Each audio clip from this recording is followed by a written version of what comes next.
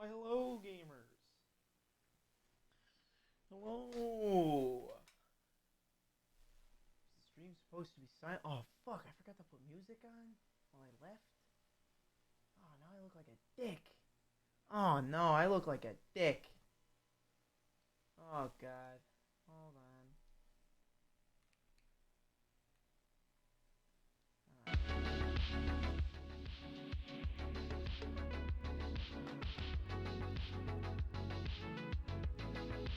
Oh, I went to go fucking do my get my sody pop and my water bottle, and I left you guys all hanging. Sorry, it's terribly wrong.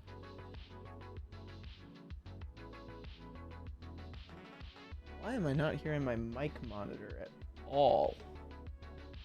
I'm getting 0 mic monitor. That's not good.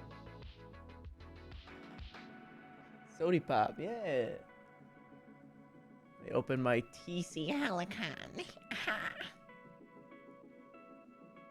Dreams are messages from the deep. Oh. Hi, Persephone. What's up, baby? I'm doing work. Not really. This is like fun work.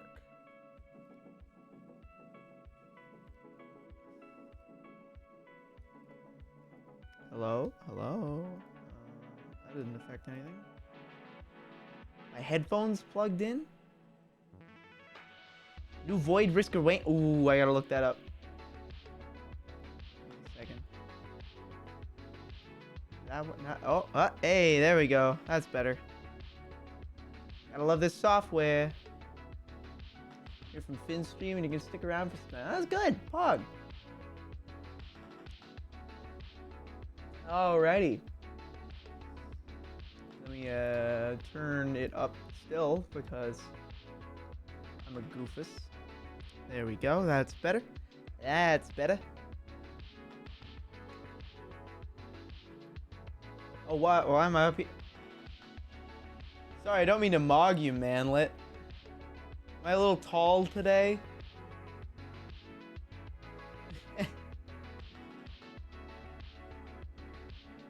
How's the weather up there? See, the thing with iPhone blend shit. Why are my hands over? What is going on today, man? Oh god, my tracker's wound up with my cable. My balls are itchy. 1.7 meters tall. What is that in like human units? I don't. That doesn't mean anything to me. No, you see, all I know about meters as a measurement of distance, is that 1 meter is about the distance from the floor to a doorknob. So you're 1.7 doorknobs tall? Wow. Prove my balls are itchy. How would I go about doing that? Like, realistically, even if I could show anything on stream, there's no way I could prove that my balls were itchy.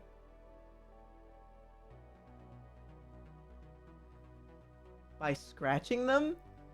Well, they don't have to be itchy for you to scratch them. I'm gonna hit this with an F8. F8. There we go. That's better. Now I'm a normal height. Hello. Hello, cat.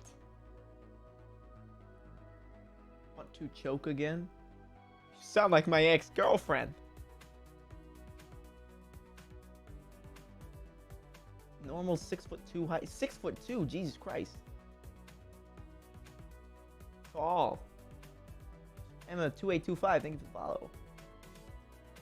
I'm normal again. I'm normal human height.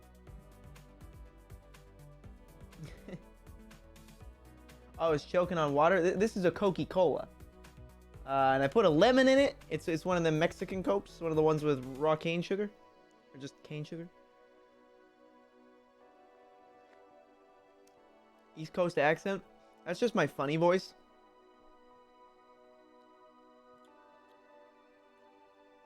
Epic for the win. Epic for the win. Pre-order now at GameStop. Get a bonus Coca-Cola. Only available at GameStop.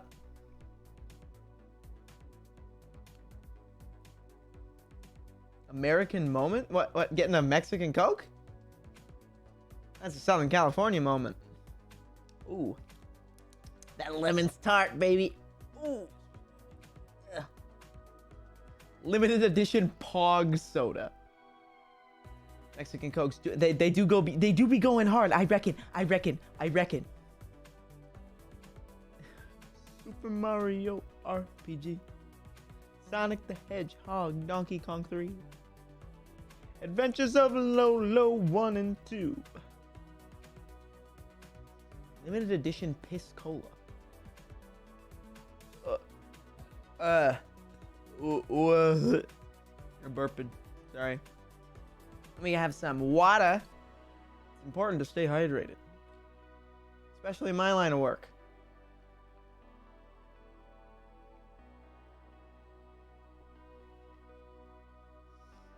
Favorite obscure soda? Cola champagne? Nah, you're lying. That's not a thing. Cola champagne. Oh, is it a Goya drink? I never had it. It looks good. This looks like something I could get here. Any Latino market. Yeah, I mean, I don't really browse. I don't get like the anything besides a Coca-Cola from the Latino market. Do I still ride the electric motorcycle? I still own the electric motorcycle. Does that count? I haven't ridden it in like 5 months. Ever since I got my car. Oh. You're kind of ecstatic today, and I gotta get this out of me. It came out to bye to my wife. She was excited. That's Pog. Eh. Mexican Coke is more sweet. Hard disagree. You hop on FF. Final Fantasy. Cherry Pepsi is super. Oh, you made my tongue recede into my lip. That's how disgusting that was. Orange Fanta. Ah. What is wrong with you guys? You all 6? I love vanilla Coke, but fuck, there's just too much sugar in it.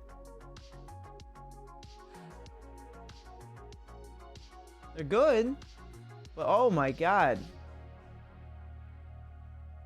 Why everyone hate on cherry shit? No, I like cherry shit. I love it. It's just that I can't have like cherry Pepsi because it's gonna be 48 grams of high fructose corn syrup in every serving. It's insane. Yeah, if you drink vanilla Coke too much, you can't taste anything else for the rest of the day. It's like it's like being a junkie, dude. I like me some cherry flavored things. I like me some grenadine, even though that's pomegranate. It gives it a cherry flavor.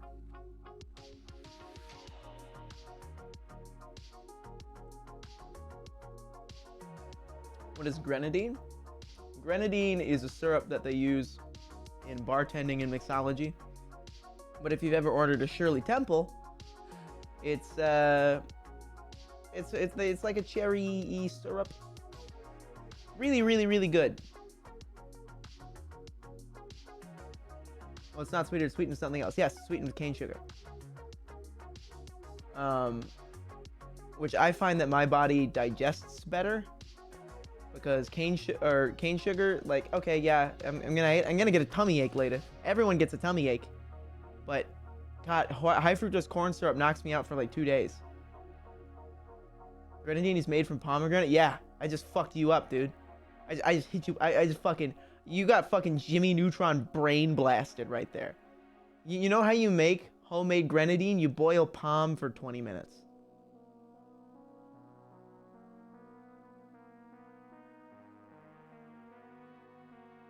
Grenadine, Kool-Aid, and ketchup? I call it a hunchback? What the fuck is wrong with you? Grenadine is pomegranate, Jimbo.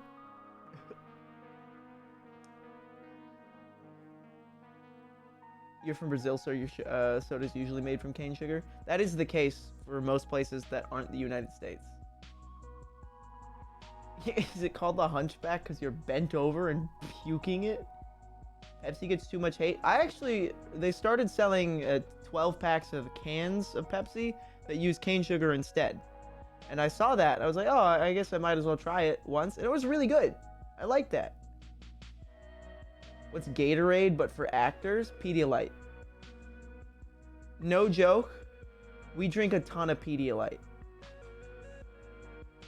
You don't have it on set because performers always have it.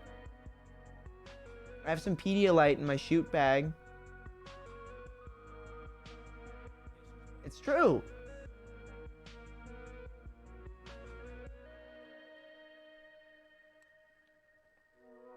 For those of you who don't know, what flavor? That dealer's choice. I like the orange one. That's like in quotes. I hate the taste of Pedialyte. Any different from Gatorade? Way less sugar. And there's something else about it. The sugar that they use isn't dextrose, I think.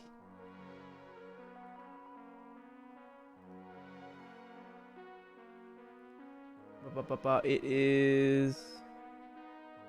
No, it is dextrose. It's just less sweet. Marginally better for you. Tried Prime yet? Prime what? Metroid Prime 4? Where? I drank that Coca-Cola a little too fast there, buddy. You like freeze pops? That sounds good. Try to prime the... Oh my god. Okay, Baruka with the... Speaking of Prime. Baruka with the Prime sub for 8 months. Thank you. KSI Logan Paul's drink? Who the fuck is KSI? I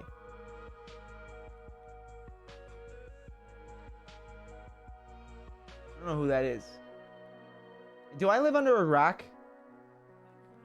I know Logan Paul is like one of those weirdo losers that I don't give a shit about.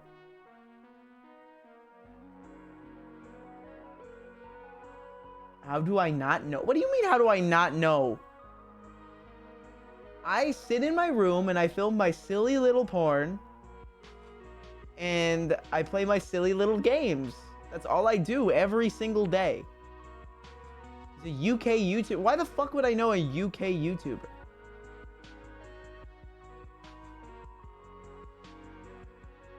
Yeah, you live under a slightly different rock.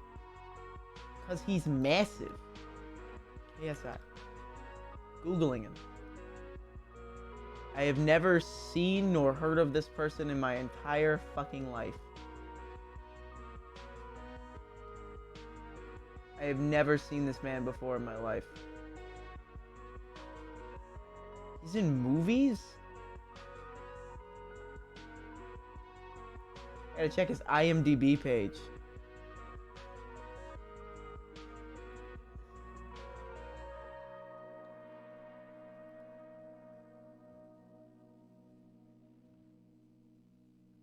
What do we got here? What do we got, eh?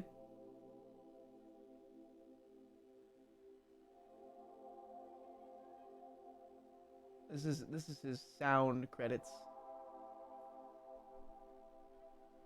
YouTubers of the year 2022. 2022 isn't over yet. You can't do that. You can't award somebody for a year that isn't over. What the fuck?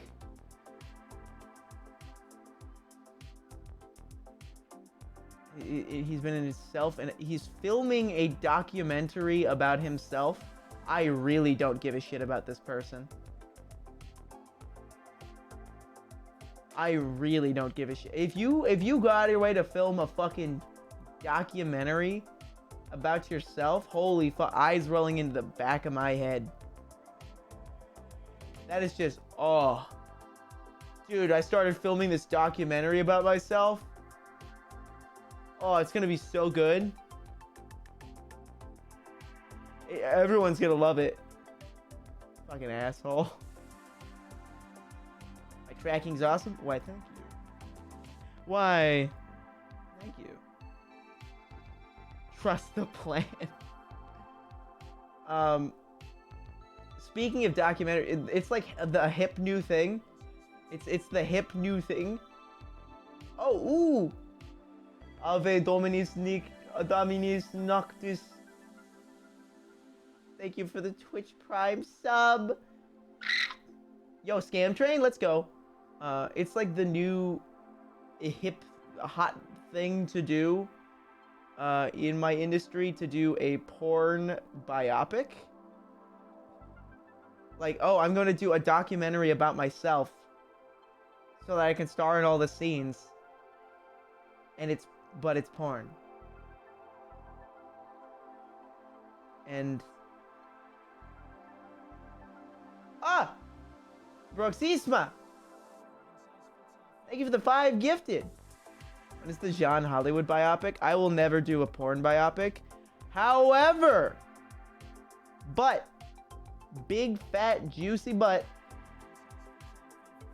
I would be down to do a film later in life that I actually have been like slowly chipping away at, like writing and setting up a little bit, called I want to call it Industry Insider. That should like sum up what I want to do. I'm your one-size-fits-all favorite. Because I would like to make a film about what it is like in my industry, rather than an outsider looking in, insider looking out. I'm your one-size-fits-all favorite friend. Because there's so much shit out there about my job that's outsiders looking in. Hot Girls Wanted, it's a bunch of people showing up and going, holding a mic up to your face and going, oh, so what do you do? What do you do? What do you do? And then they get to edit it and cut it around and say whatever they want. It's actually, believe it or not, bad luck. It's like a thing we're not supposed to do, is talk to interviewers. We're not supposed to. Yeah, it's like a modern day Boogie Nights, but like without it being Boogie Nights. Netflix deal? No. If I were to do it for a mainstream platform, it'd probably be HBO, because that's the ones that I have connections with. But it's super out there. Seen one of your interviews, I think. My interview that I've done sucks. I hate it. I want to ask them to take it down, because I absolutely hate it. The thumbnail fucking sucks. It's stupid. And I didn't know it was getting uploaded to fucking YouTube. I thought it was like a behind the scenes thing. I thought it was a behind the scenes, oh, here's like an extra thing on the DVD. And then they're like, oh yeah, it's on YouTube now. That's a reason why we don't fucking do interviews, dude. Because let's say Johnny Paisano from fucking Viacom says, hey buddy, he sticks a microphone in my mouth and says, hey, we need you to talk about your job. Talk about your job. Go. We'll put you on a TV show. You'll be on a TV show and we'll give you $500. And it's like, okay, whatever. There wasn't a release for that interview, because it was on set. It was on set, and they're like, hey, we want to do this on the side. Is that okay? No written agreement for the interview. Yeah, sure, whatever. Because it was a performer I trusted. I still do trust her, which is why I will ask her and say, hey, could you take that down?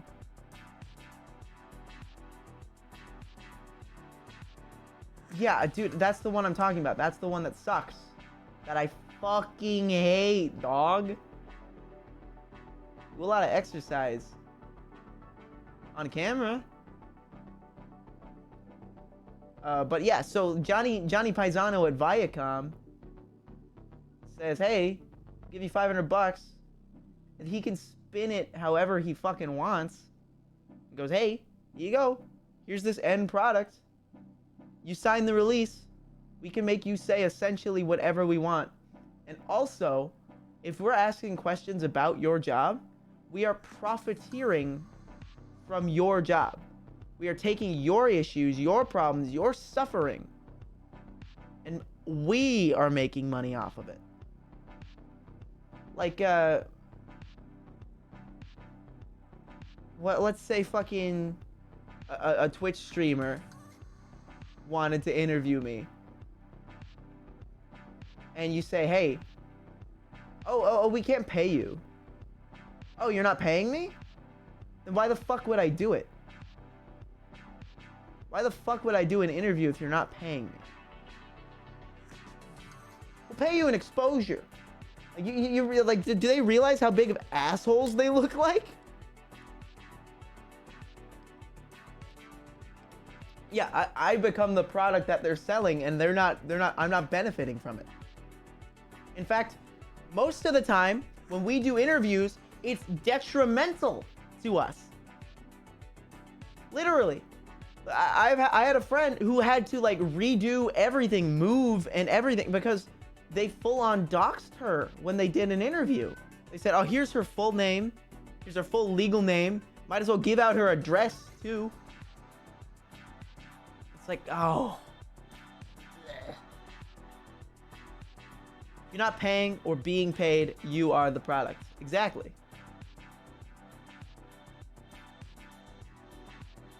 Yeah. It's stupid. We do not like interviews in this house. No interviews in this house. Especially because whenever I get asked for one, they always fall through. I did have somebody at one point ask, like, hey, can I do one of you? And I was like, yeah, I was excited because it was somebody that I really liked. And it was right before my rebrand. I do my rebrand. And then nothing. Oh, so you were down for Ella Hollywood. You were down for the name, not for the person. Tim, we normally don't ask questions like that direct about my job. But since you're new here, I'll answer it for you just out of politeness, out of the goodness of my heart. Out of the goodness of my heart, as a gesture of good faith between our two families, I will answer your question.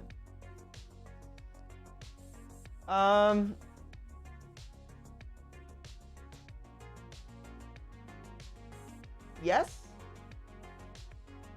Not really specifically. I mean, there's like, if you pointed them out and said, hey, would you want to work with them? I'd go, yeah.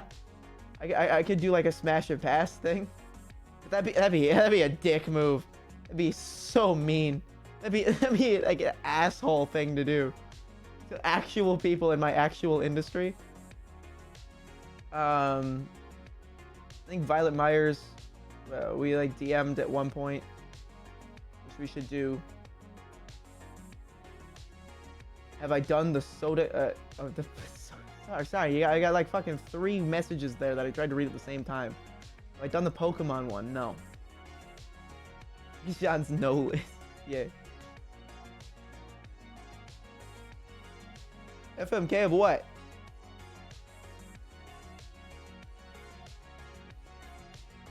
Oh, I want to know what it's like being autistic in an industry that's so cliquey and full of strange social contracts.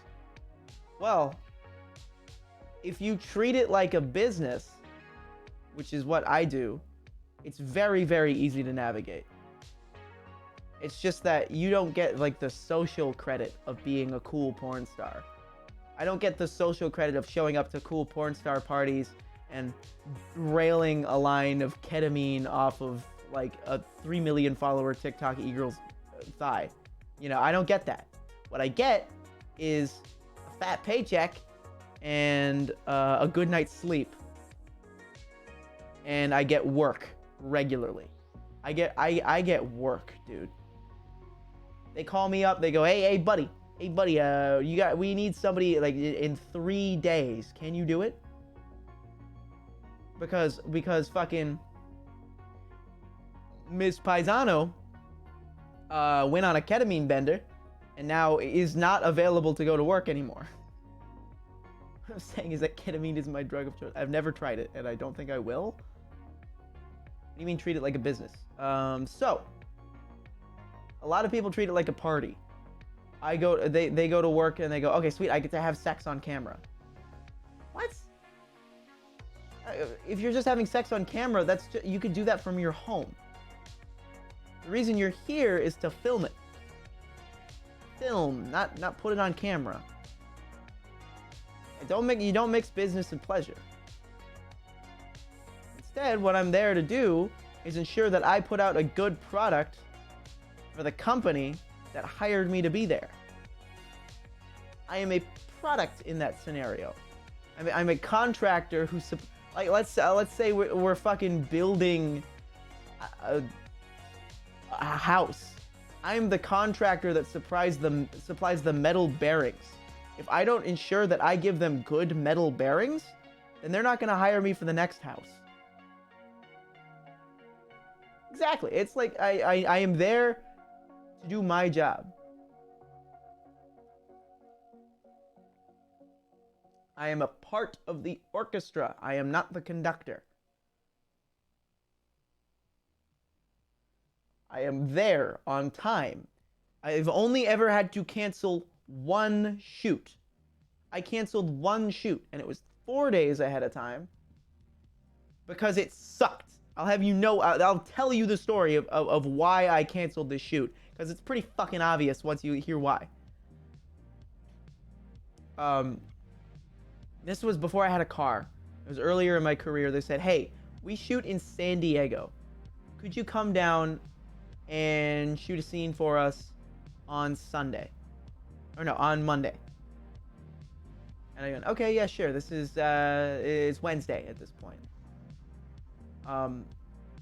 You know, get everything. I get tested on Thursday. This is before COVID, so I don't have to get a COVID test because I had another shoot on Saturday.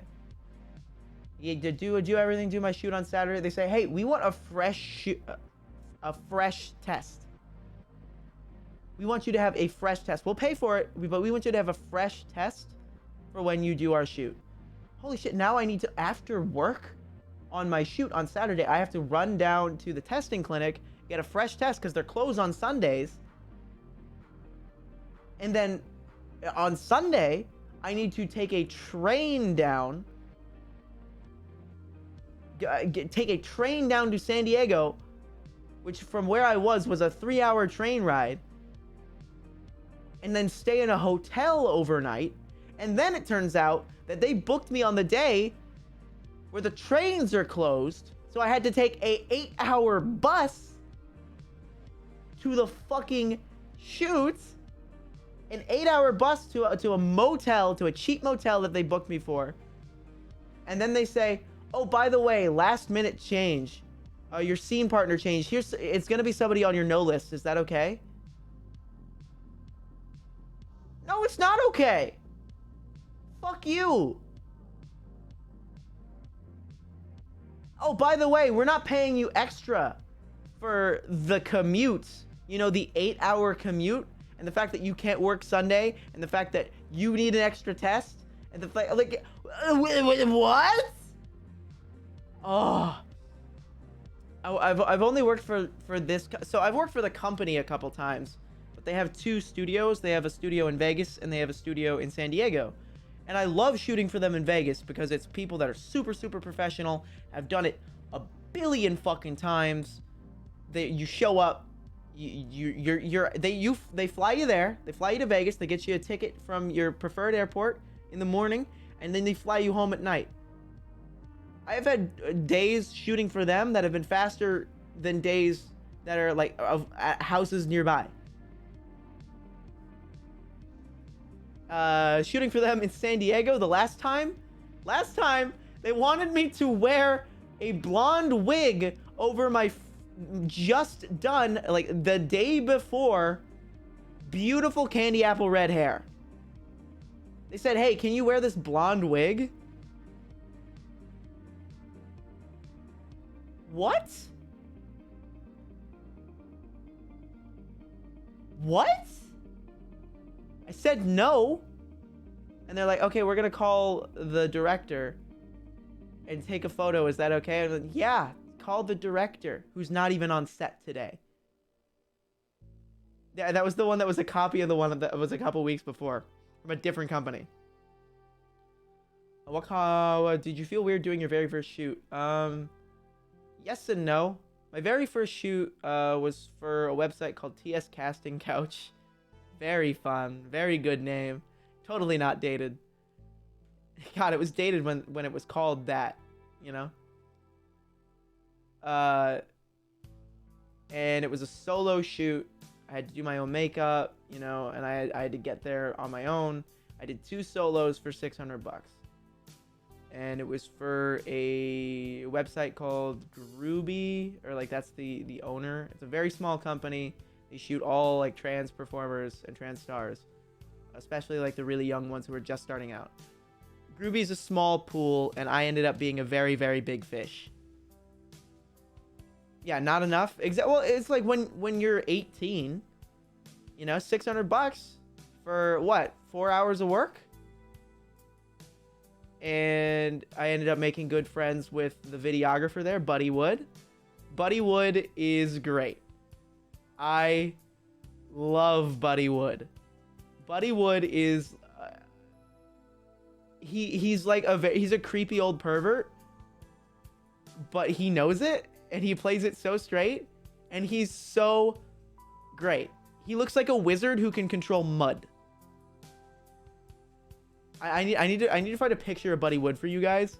That way you can like see who I'm talking about. Does anybody have a Photonic? Do you have a picture with Buddy?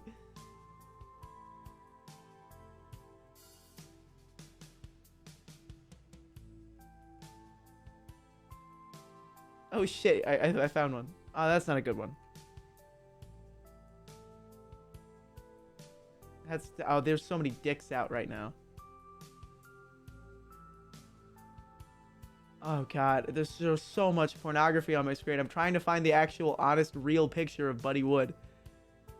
There's no good ones of him just like smiling in a business suit or something. Here's what oh man, this one, oh that's me. Oh god, there's so many pictures of me. This is an older one of him and Domino Presley. 2012. Okay, no, I don't want to disrespect you like that, buddy. Do I have any like that, smiling in a suit? As a matter of fact, I do. You think I don't have a picture of me smiling in a suit?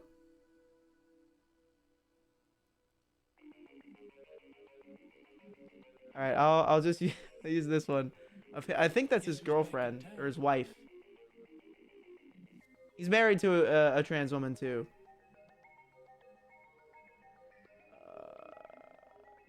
There we go. We'll do this one. We'll do this one. Close that out. He looks so like well kempt here. I can assure you he does not look this well kempt typically. But he looks like a funny man. He's a funny man.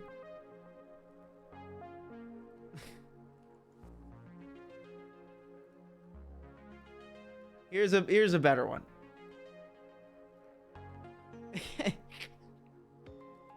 Here's Buddy Wood. There he is.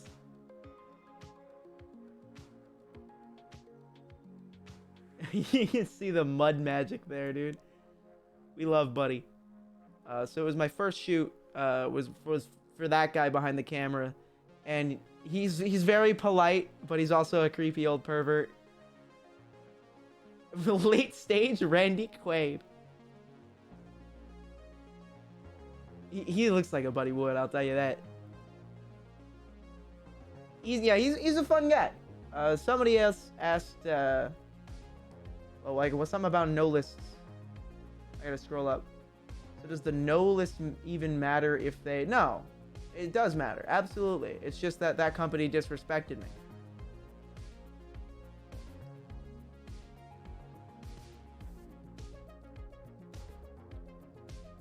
Can I ask about the concept of chasers and how you view cis people who are attracted to trans people?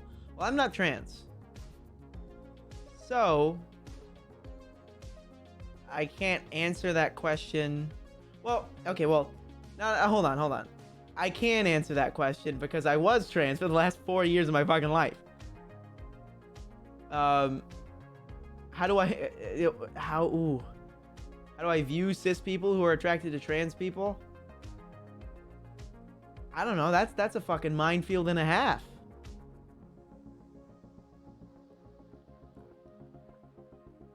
Like, there ain't no way you can.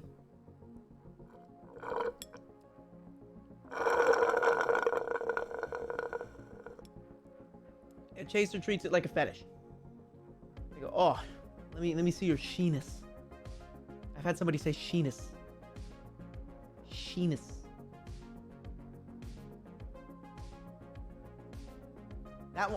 That's probably the worst one. Clitty. Fucking sheeness, dude.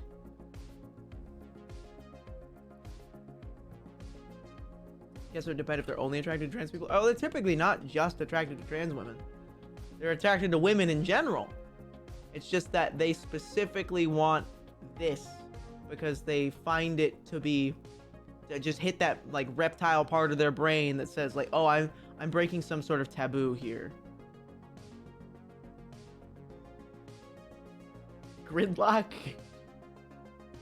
Reptile. Okay. When I say reptile, that I'm referring to. Sorry, I'm sitting up in my chair. There's the common belief that we have a subconscious mind and a conscious mind. A lot of people call the subconscious mind the very primitive things that we do, being hungry, going to sleep. They call that the reptile brain.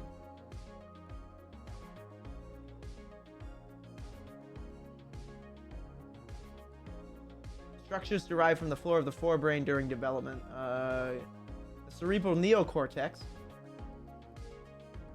is the neomammalian complex. Hold on. The basal ganglia. Structures derived from the floor of the forebrain during development. The term derives from the idea that comparative neuroanatomists once believed that the forebrains of reptiles and birds were dominated by these structures.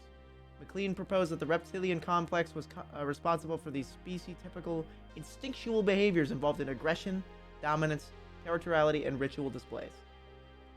So true, King. Basal ganglia. Basal ganglia? I hardly know ya.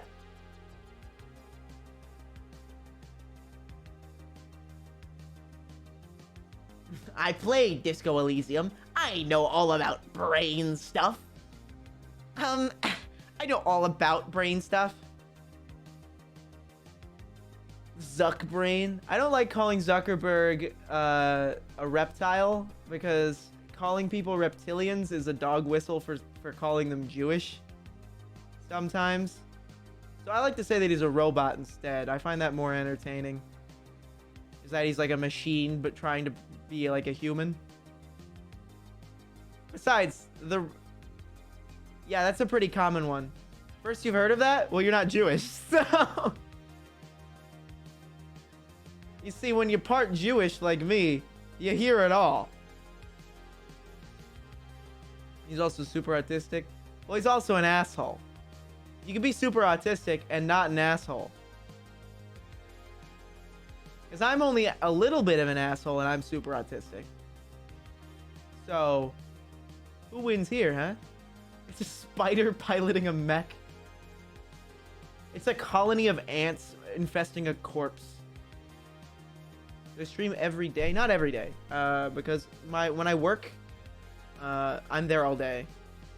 Like, I work again on the 20... Let me check my phone. I work again on the 24th. On the 24th. And I also work on 18th, 19th, 21st. I work a lot, dude. You get most of the stuff that I make is put in backlogs. Okay, here, I'll tell you why. Porn, like turnaround times. When I say, oh, I shot this scene for this company, people will ask me, oh, when does it come out? I have no fucking clue. I'm not their publisher. I'm not their distributor. It's mostly, oh, they put it in this big folder of finished projects, and then they slowly release those over time rather than releasing them whenever they're ready. That way, when we have an industry-wide shutdown due to a global pandemic, companies can still release new scenes. Behind the curtain? Yeah, I gave your wife something behind the curtain the other day. I'm sorry, Photonic, that was rude. I don't know what came over me. I like to deeply apologize for what. It's still in the Chinese finger trap. Haas fucked my wife. Gregory, you see that vent over there? Directing or filming? Yes. Not a full production, but I am doing content trades for 3 of those days. Because I've needed to update my fan sites for so fucking long. Oh my god, dude. I'm behind the game. I haven't updated since Prague. My favorite movie, Blade Runner. Easy clap, Blade Runner. Blade Runner is my favorite movie. I can finally say, for something, once in my life, a definitive answer to what is your favorite blank. I can say my favorite movie is Blade Runner.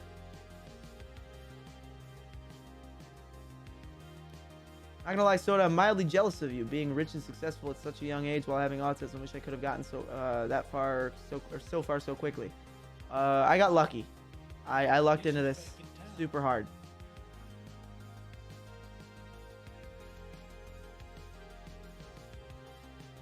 Ever watched Cloud Atlas? Isn't that the company that makes those weeb games?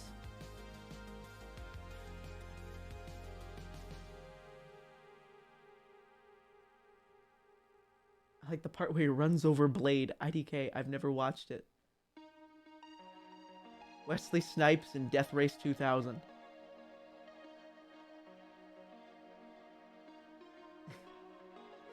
That fucking weeb games? Dude, I know I'm... Okay, look at my character model. Like, oh my god, like, yeah, or whatever. Like, yeah. What? A lot of people think I'm a weeb.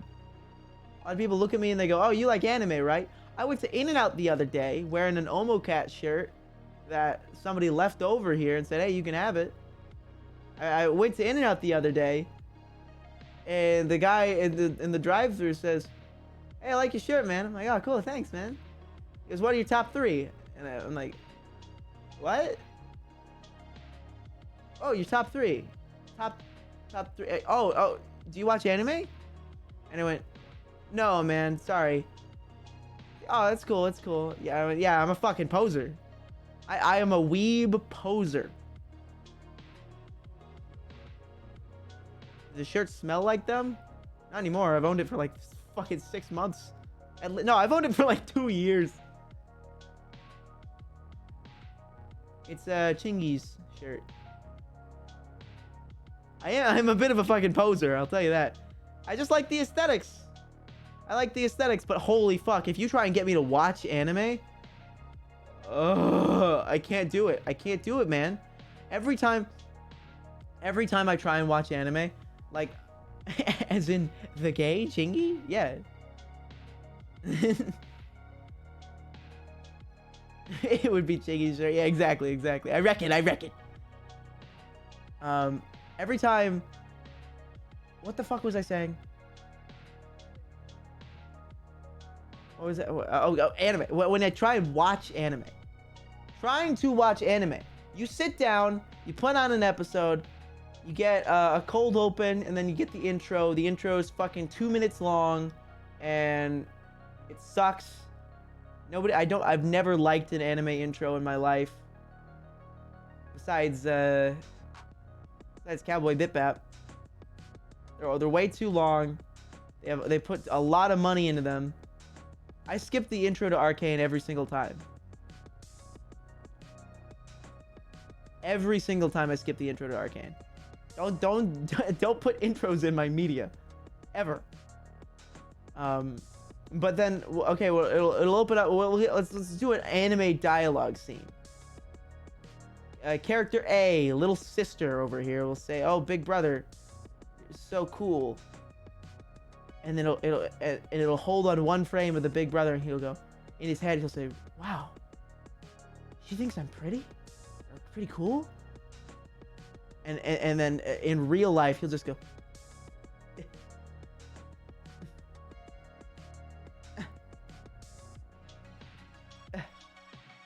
They'll do that shit where like 6 seconds, a whole fucking like cut is dedicated to somebody going.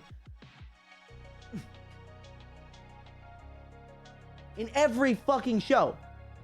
Every fucking show. Slice of Life, fucking Demon Slayer, fucking Attack on whatever.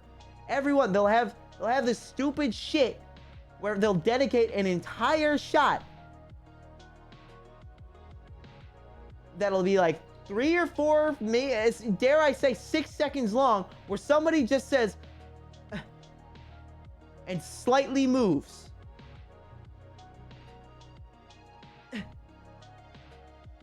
It fucking pisses me off. And like all those shots, because okay, from like a developmental, from a production standpoint, I understand why they're there. I understand it's expensive to animate things. Expensive, time consuming, and difficult. But if all you're going to do is leave 6 seconds of silence and the occasional don't write your dialogue to have silence in it. Just don't write that way. But then if you don't write that way, your episode ends up being 6 minutes long instead of 21.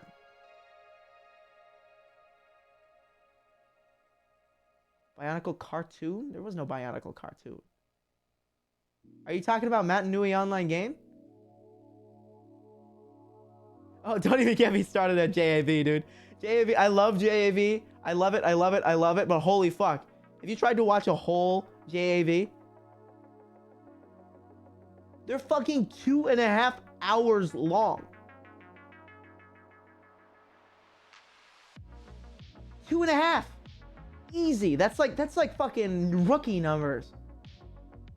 You gotta skip through it. You gotta click through it. You absolutely cannot.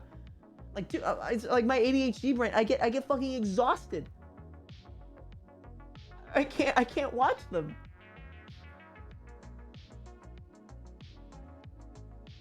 Why do I have an East Coast accent? It's just like my performative voice ends up sounding like this. It's been like this since like middle school, man.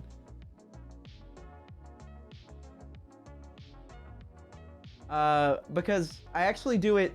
If you're honestly asking me that question, I do it to hide my lisp, because I have a lisp. If asked, would I dub hentai?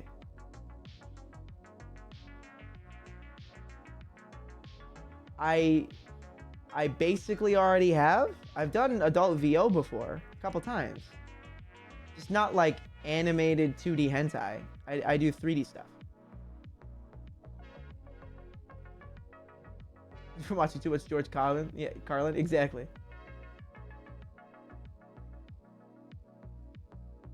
Yeah, I do Fugdrop's Link. Iku. Omanko Iku. Fug. You don't know where the action is, too. And like, oh my god, I was watching one. This is gonna sound weird. I was watching some jab with a friend. But we're watching the intro, and it's like 20. Okay, listen to me. Listen, just ignore the context. I was jabbing off. I was watching some jab with a friend, and like the intro was like 20 minutes long, and every once in a while there was actually good cinematography just for like one shot. Just for like one shot, they tried really hard. And it's like, there's one where it was like an NTR one or whatever, and like she's doing like a hostel thing, and a guy comes over and fucks her or whatever, fucks the wife.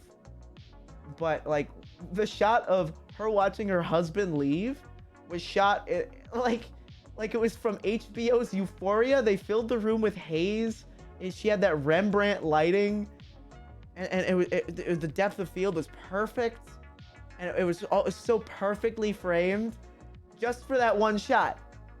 And then it went to the next shot, and it was just like a hallway shot while she walked down. And then like the rest of it looked like security cam footage. Like, oh my god, should I be watching this? And then when it actually gets to like the hardcore part, it goes handheld. Why did it go handheld? I missed the cinematography. Go back. I don't get it.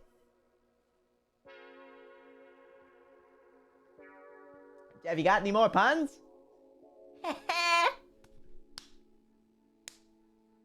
Can I clap?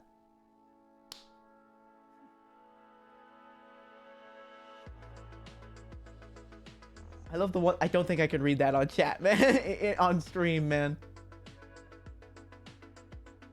But I agree. I agree wholeheartedly. I reckon. Am I using gloves or something? No. There's a little IR camera on my desk, and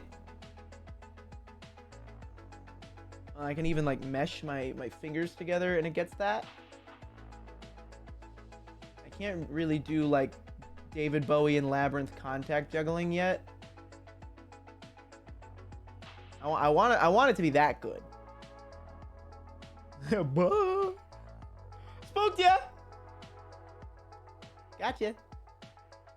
Do the thing.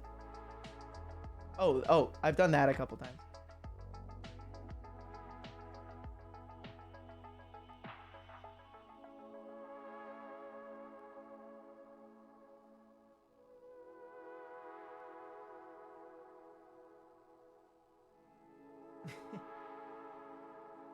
And any games on the dock? Any games on my phone? I might play Halo. Don't leave! I swear. The weekly challenge is for Big Team Battle, and I love BTB. I learned today that BTB is on 30 hertz tick rate. And that makes so much sense. No wonder it feels like shit. No bitches? Do I still have my electric motorcycle? Yes, but I need to sell it. I need to sell it so bad. By the time I've stopped riding it, it's probably depreciated 20%. Halo unsubbed. Oh, no. No, that's a 30 hertz tick rate, which is when the server refreshes information. I own a Zero FXS, which is a electric motorcycle.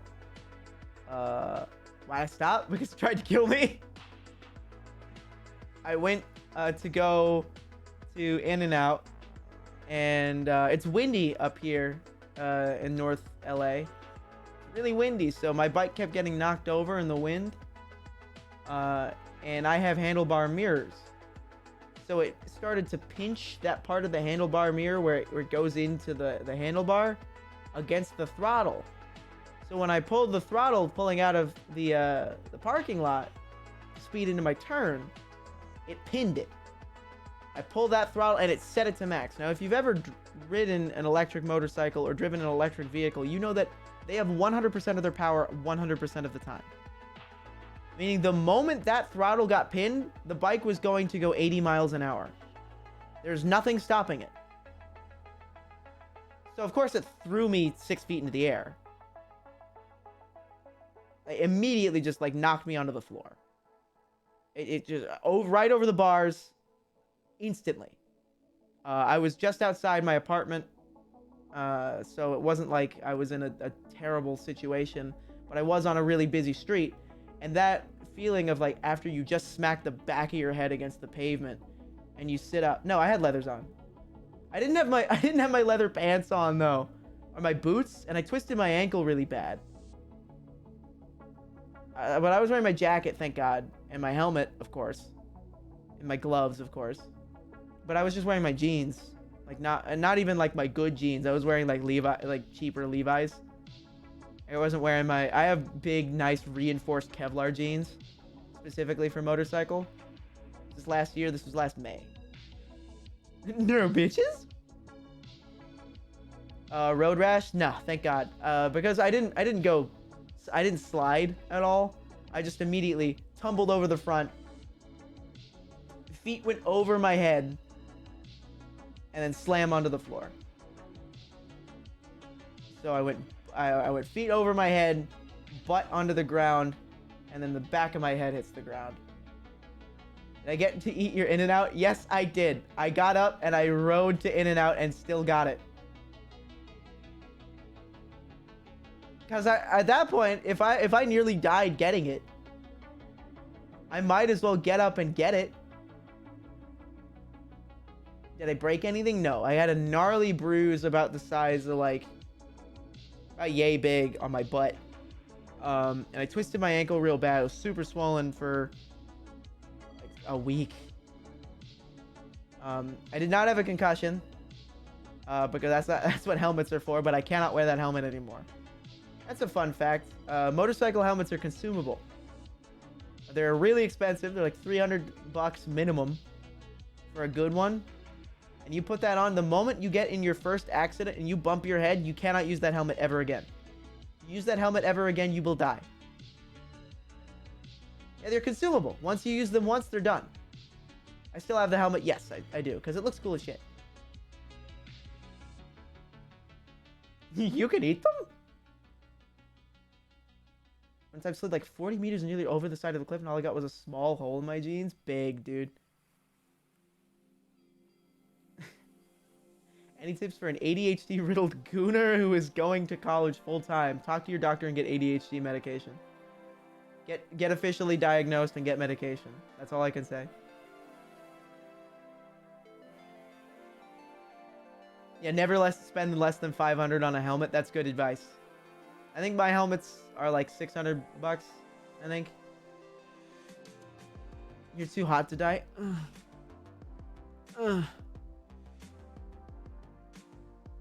Actually, all motorsports helmets, if you drop a helmet from anything higher than 8 inches, you're supposed to replace them. Yeah, I mean, I've dropped mine on carpet before, which is fine. Dropped mine off my bed before. But I had never dropped it, like, from a couple feet up onto my concrete floors. Meat crayon.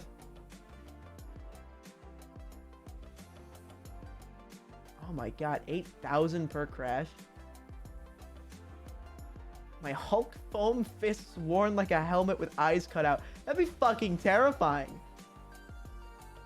I want to wear that. I want to wear like foam Hulk fists with the eye holes cut out. Mr. Lister, the Sister Fister. That's his name. He's a terrible super villain.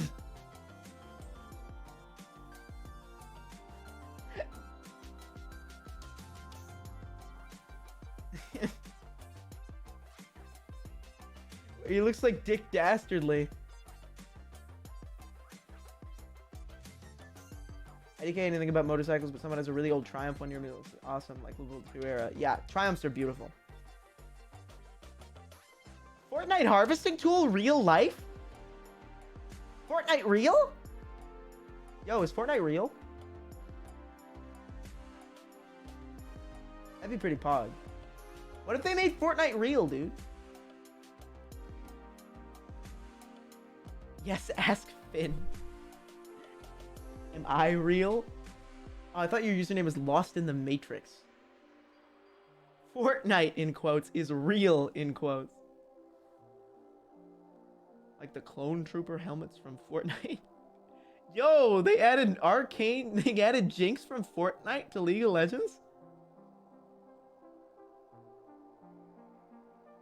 See, they gave Master Chief from Fortnite his own game. Ooh, yeah. It was pretty good. It was pretty good. It wasn't as good as Fortnite. I was being in LA during the Super Bowl. I don't live in downtown. So, for those of you who aren't Angelinos, which is what people who aren't from LA call people from LA. LA's huge. It's the Western metropolis. It's nonstop cities from like Ventura all the way down to San Clemente. It's like fucking driving from the northernmost end of the start of this metropolis to the southernmost end would take you 3 hours minimum. And I live in the valley, which is above the Hollywood Hills, where you get your new Lamborghini here. How long am I streaming for? Probably a couple more hours. At least 4, right? I think. Sounds good. Valley Girl. Oh my god. Yeah. They're not like kidding when they say like Valley Girl accents talk like this. Valley Girls talk like this. Where do you think they film porn? Oh my god.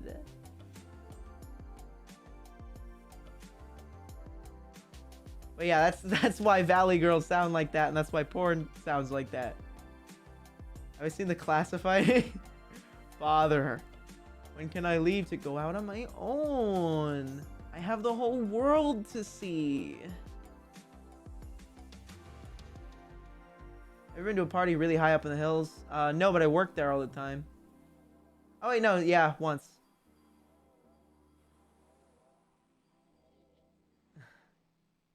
Dad, I want to film porn. I'm sorry. I'm too good at the Valley Girl voice. Valley Girl voice was my femme porn voice for years. So of course I'm good at it. I've been doing Valley Core since before I did porn. Just like as a joke. Like, oh my god. That's like so funny. You're so funny, dude. Oh my god. Probably why I don't watch your porn. Exactly. Valley Core. We love Valley Core in this house. Okay. Speaking of aesthetics, I'm telling you guys, early 2000s nostalgia is coming back. I swear. Gotta pronounce words less. Yeah. I like enunciate too much for it.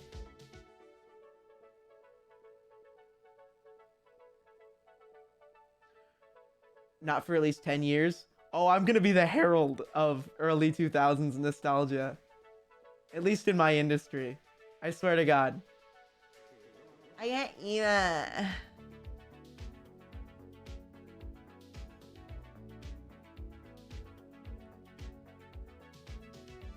20 to 25 year cycles.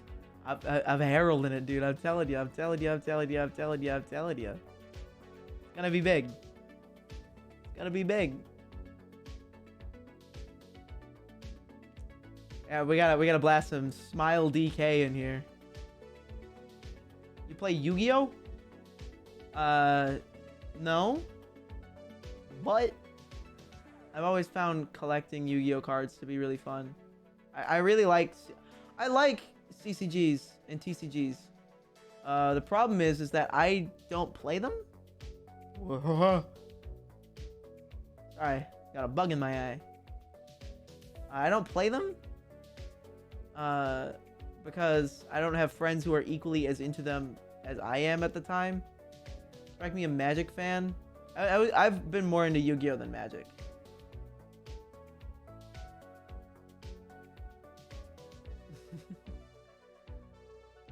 Going into 90s stuff first. We've done 90s nostalgia so many times already. Yeah, we live in the nostalgia singularity. Absolutely. So I've talked about it before a bit, where I was like, oh, 90s bit? Can we do a 90s bit? I don't know how I would do a 90s bit. Besides just tanking the quality of the stream. Hold on. Let me see. Let me see something real quick. Can I add like oh.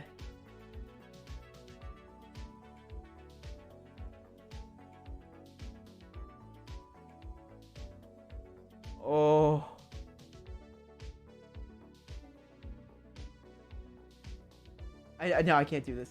I can't do that. I was gonna sort of tank the quality of the audio of the stream. And then put on I was just gonna make it look like shit. And then put on Smile DK's Butterfly. That's not funny. That's just annoying. I do want to listen to that song now,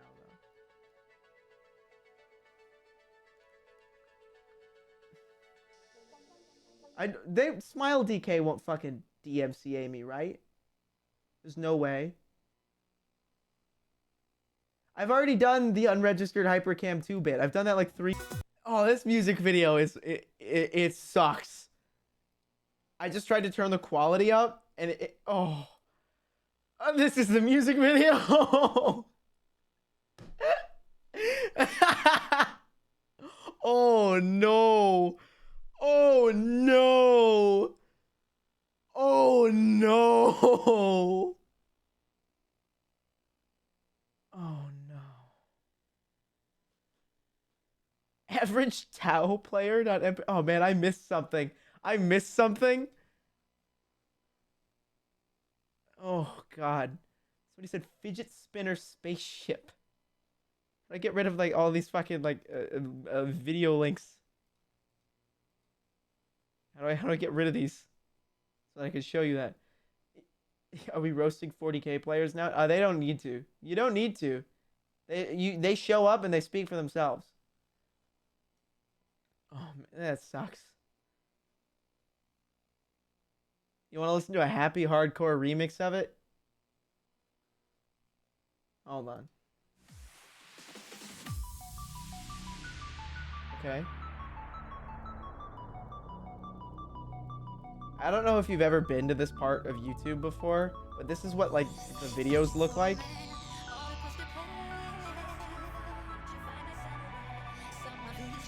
This is what weebs evolved from.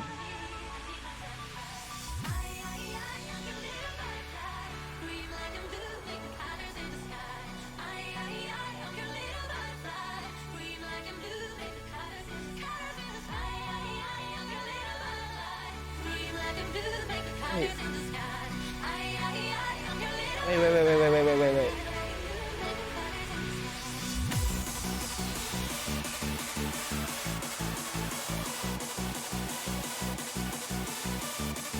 Okay.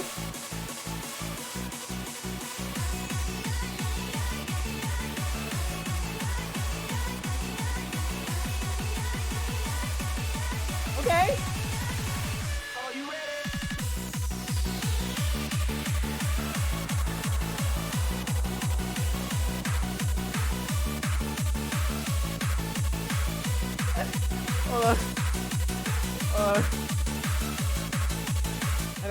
I know I can improve this joke.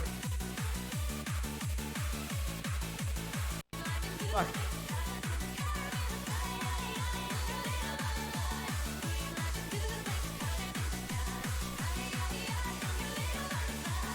I know how I can make this joke better.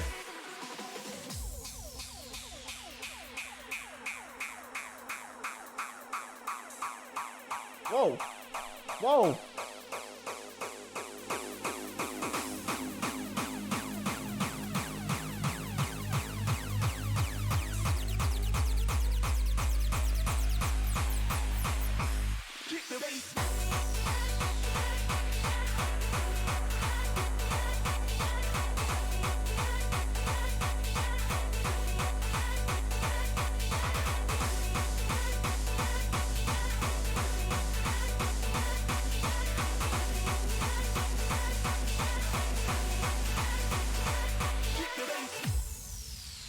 Oh, is it over? No, it's not.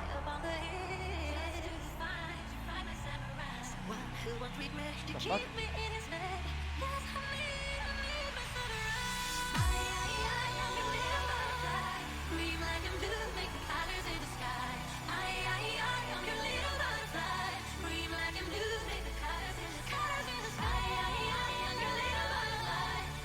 I can't get it unconnected from my hand.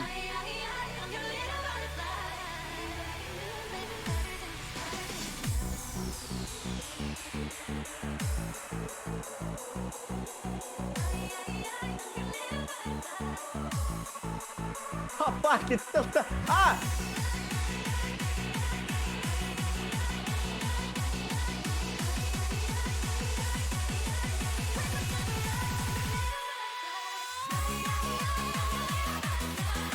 He was in here last night, raving.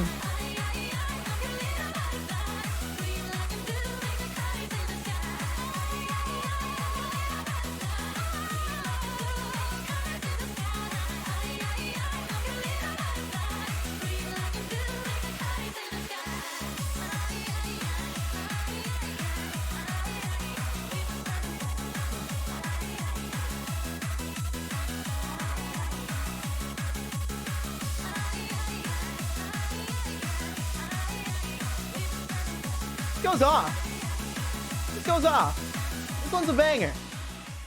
That one was worth it. That was worth that. That was the high quality content that all of you guys came for. Now, how the fuck do I get things to not stick to my goddamn hands?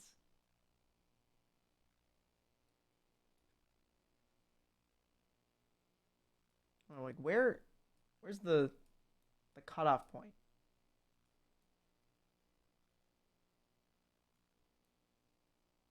Okay, it's about right here. Here's the cutoff point for where it starts to stick to my hands, meaning that I need to get my hands farther away from this than this point. I think maybe if I stick them straight out, then I can... Nope, that's not gonna work. This is never gonna work. Something's still stuck to my...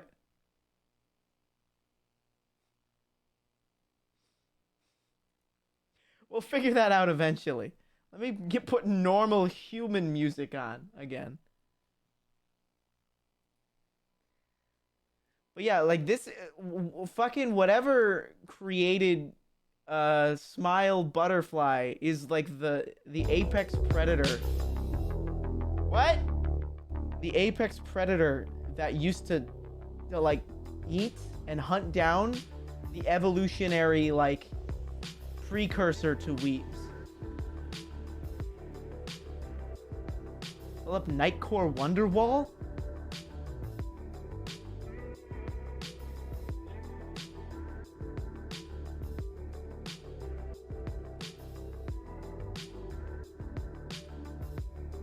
There's like 4 of them.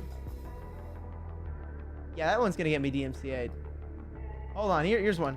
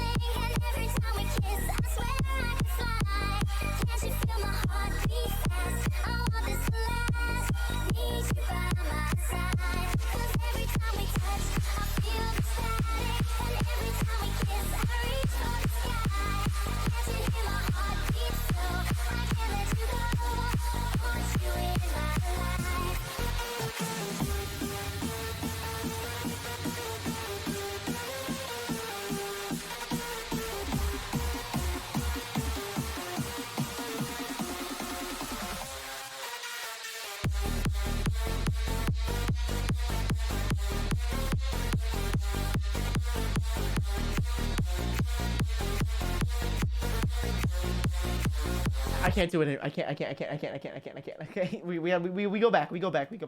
That never happened.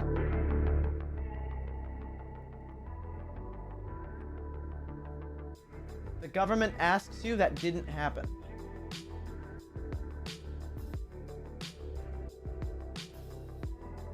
Stay quiet about this.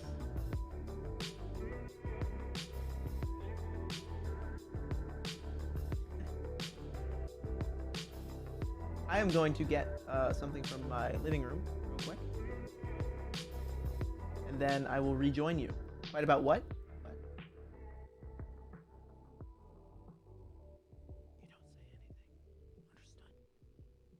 You don't say anything. Understood? You don't say anything at all. Look me in the eyes. Look me in the eyes. You don't say a fucking word. You say a fucking word.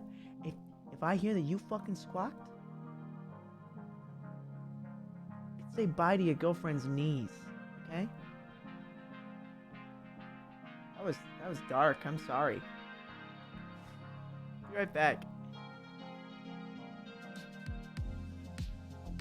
Fuck, that's the wrong button. That's the other wrong button.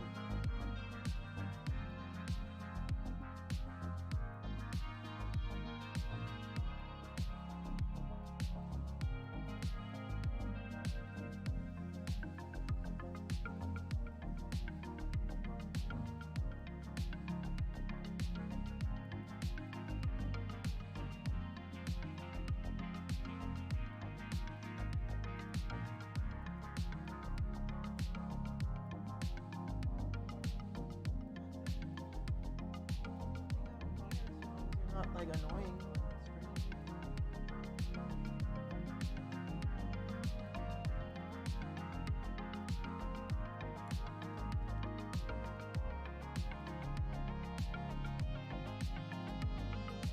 I've returned. Hello, chat. Just your knees? They surgically, like, made your legs permanently straight? You got your knees capped off? And they attached your shins directly to your fucking thighs? So you just have double peg legs? Like Patrick Star legs.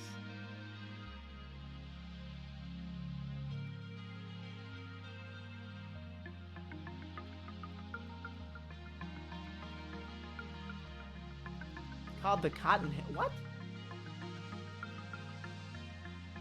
Hold on, I need to Google this. Because everybody knew what that was, and I have no idea what you're talking about.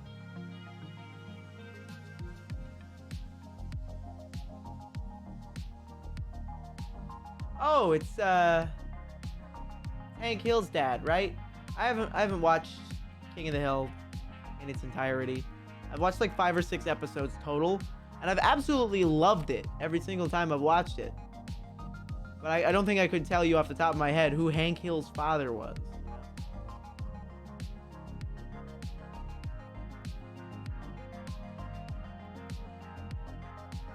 What killed 50 men? Can't watch anime. Yeah, exactly. What I went off on a whole tangent about how I can't watch anime. You think I could sit down and watch King of the Hill?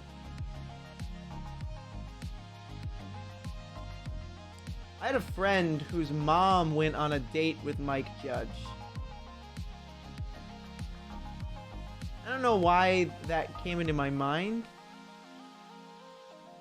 but I remember her saying that he was an asshole, and that you don't watch any Mike Judge content in that house.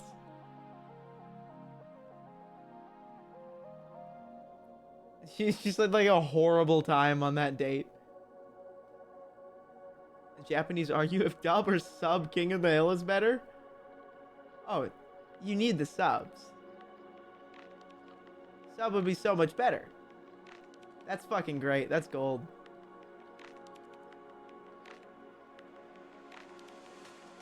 Oh, he showed up on InfoWars? Yeah, that reeks.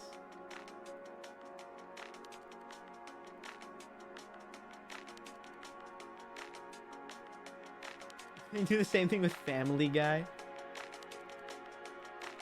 Holy crap, Lois. Yeah, Apex, thank you for joining.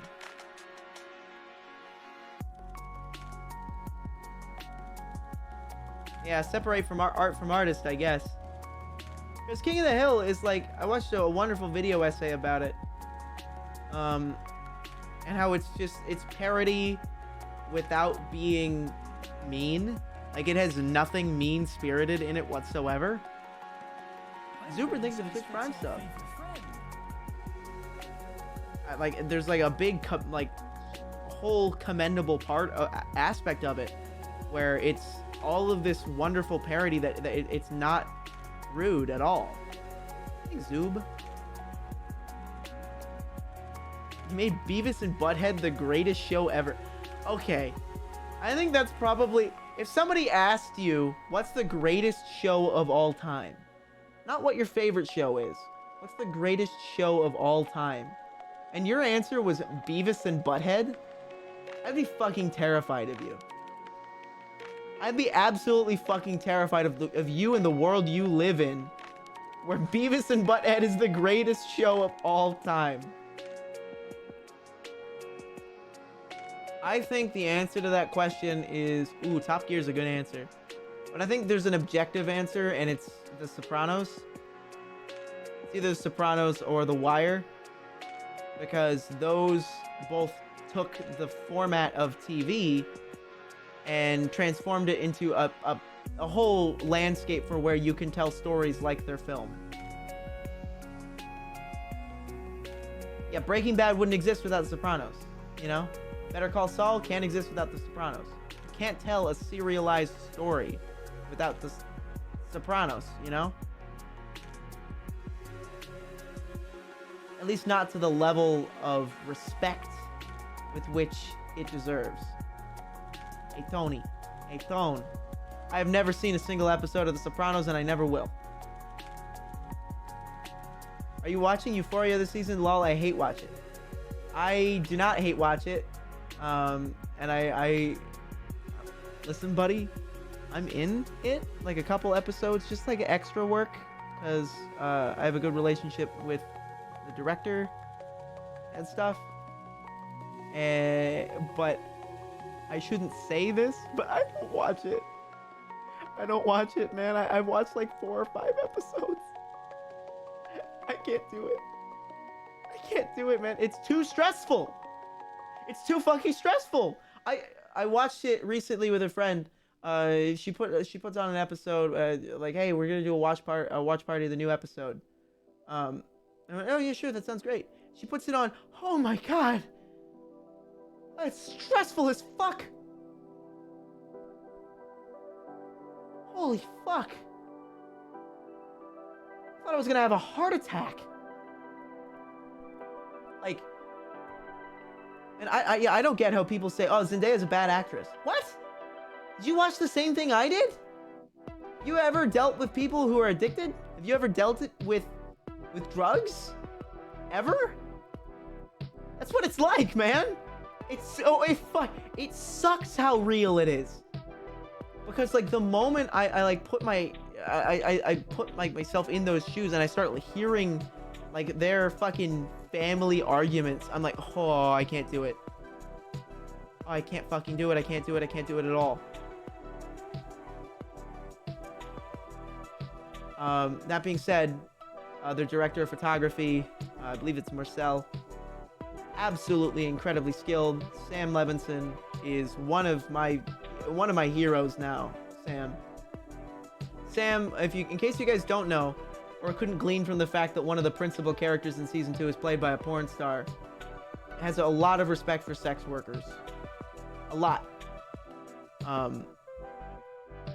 He talks about porn the same way people who have done porn talk about porn. He treats it like an industry. He treats it like it's something legit. Which one is a porn star? The girl who plays Faye. She's the lovely, lovely Chloe Cherry, and I adore her with all my heart. She's fantastic. Fantastic performer, fantastic actress. This is Euphoria on HBO. Yeah, she killed it. She did such a good fucking job, dude. Oh, I love Chloe.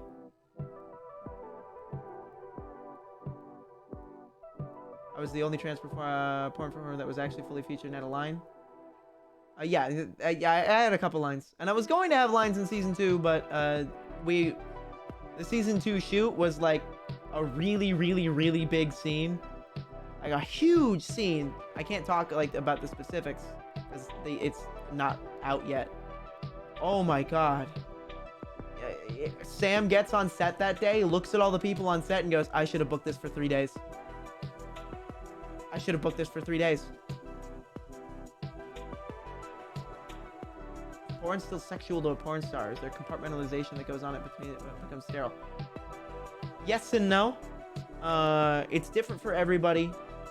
I find that it's difficult for me to look at like mainstream studio stuff at all now. I can't look at it because I will always look at it from a directorial creator standpoint. I'll go, this shot sucked. They overexposed that. What was that edit? What was that cut? This performer's not having a good time. But what's like, oh, will I read a doujinshi? Yeah. Will I look at hentai? Art? Especially drawn art. I love drawn art. Looks, that's like my favorite stuff. Animations of all sorts, 3D stuff. Great. I love it all. I can much more easily take myself out of the directorial standpoint and go, okay, this is something to enjoy. That being said, I still do it. I still like, oh wow, that's a good shot. Save a screenshot of that, put that in my reference folder.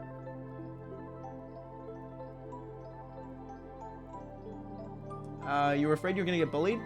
I see so many people dunk on it, but then they go back and watch the next episode. I don't get it. But hey, I guess, whatever. You know? Do I do art? No.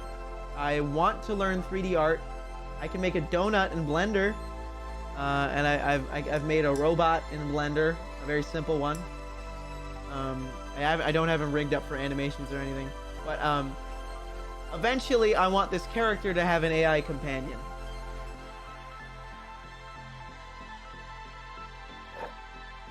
Because I find the idea of AI companions is my favorite thing.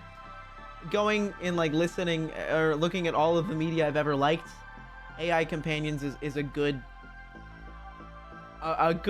thread that flows through a lot of the things that I enjoy. Metal Gear, Rising specifically, Blade Runner, Destiny, Halo, AI companions. They're all there. Titanfall. Oh, the Iron Giant. Did you like the Tom Hanks one? Was it Tom Hanks one? Who's gonna voice the AI?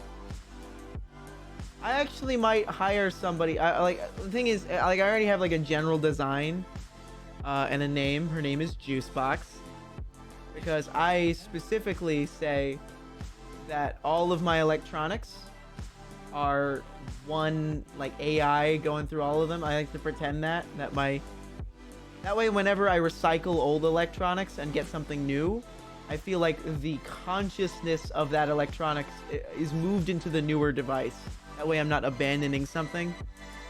It's like a weird autism personification thing, because I personify the machines that I use. Yeah, sort of machine spirity, that sort of thing. Like a persona for tech priests. But I find that if I go through it in that way, where I treat them all my devices as one sort of entity, that it's a little bit easier for me to let go of older devices. My Walkman is possessed by the spirit of Genghis Khan. Is that a Death Grips lyric? Falling out the window, then I'm pissing on the lawn.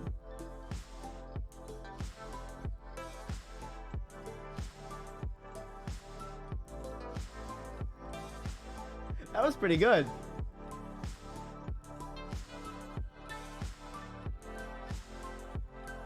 I like to sell my old devices, or at least have them be recycled. I ensure they go to the places that they're supposed to. I don't throw away old devices. Because I am much more of the opinion that if I can't repair it, or if, better yet, if it's something that is still working and I'm not using it, I believe that anytime something is sitting in that scenario where it's not getting used, that it's a waste. It's a waste. Toys are meant to be played with, is a personal mantra that I have, where like, oh, if I'm not using those Lego sets, I need to give them away. That way they go to somebody who will play with them.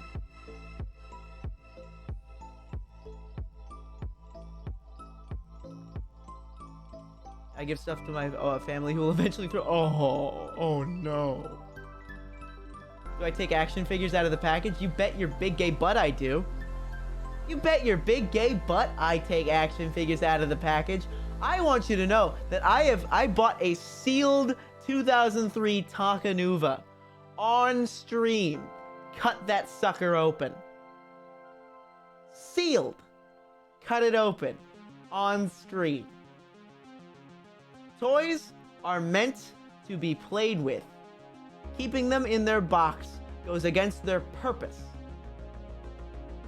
If you keep them in your box, you are negating what they are. You are denying them their purpose.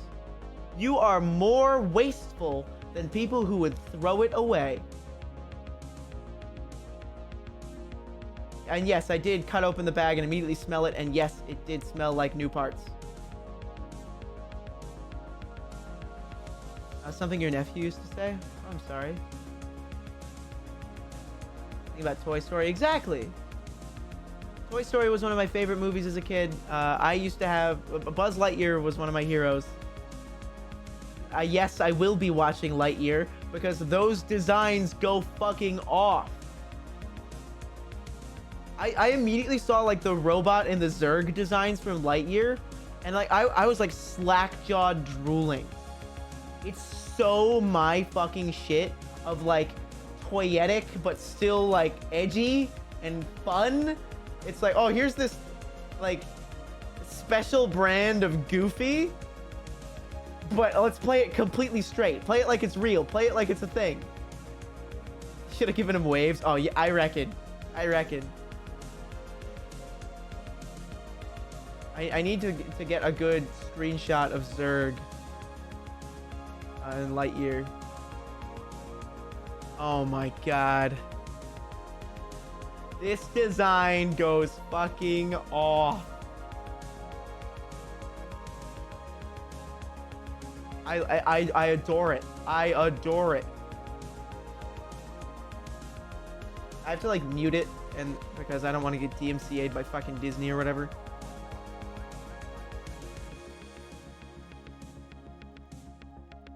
Disney, you didn't upload your Pixar, you didn't upload this in 4K? Come on. But like, it's this special brand of fucking silly, where it's like, here we have this silly toyetic design, where it's just kind of silly, kind of goofy, but let's play it like completely like it makes sense. And you get these... Ah! Oh my god, I love it.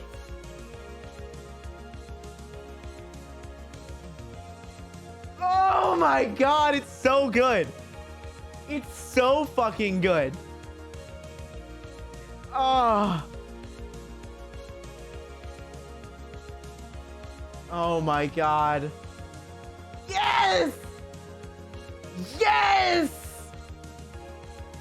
Look at it. It's like Warhammer 40k. It's just like this special brand of silly where it's like, let's just go fucking all the way, dude. Let's go all the way with how fucking stupid this is.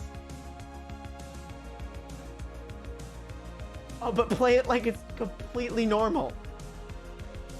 Oh my god, I love it.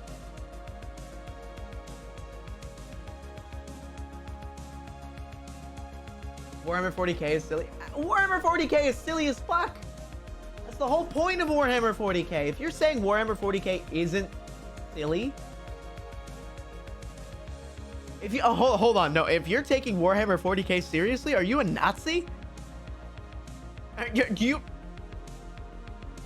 taking it seriously?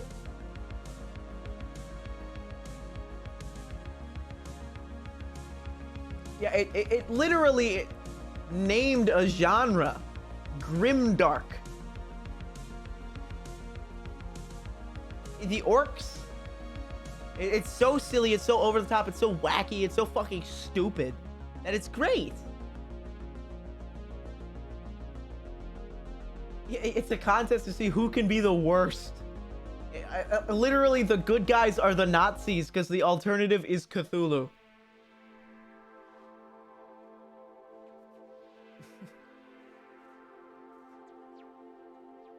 Ah.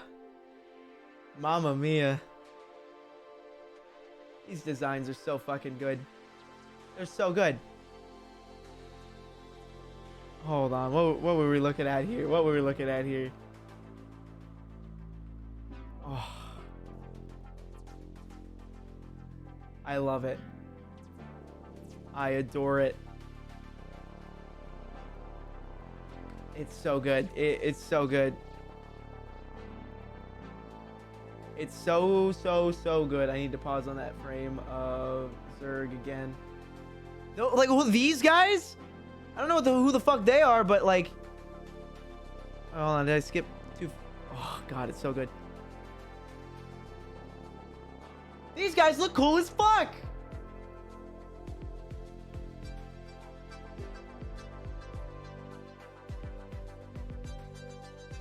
They look so cool. I love it.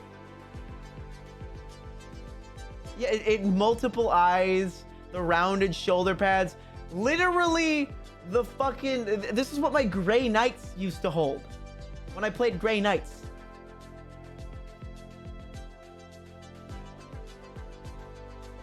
Oh my god, it's so good. I adore it. I adore it.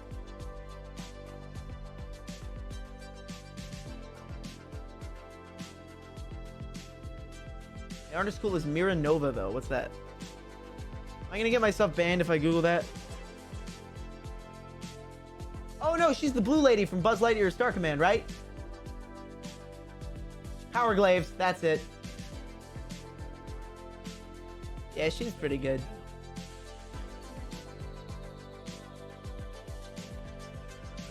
She's pretty good.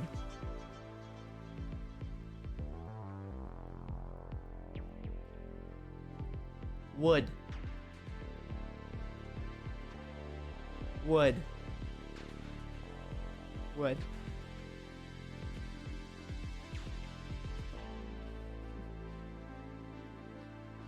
Oh, I scrolled down like 2 pages and there's hentai.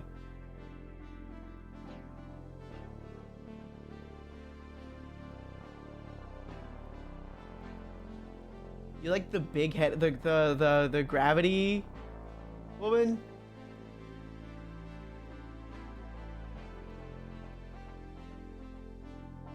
Hey yo, there was a beach episode of Buzz Lightyear of Star Command. Gravitina. Sorry, I don't watch anime.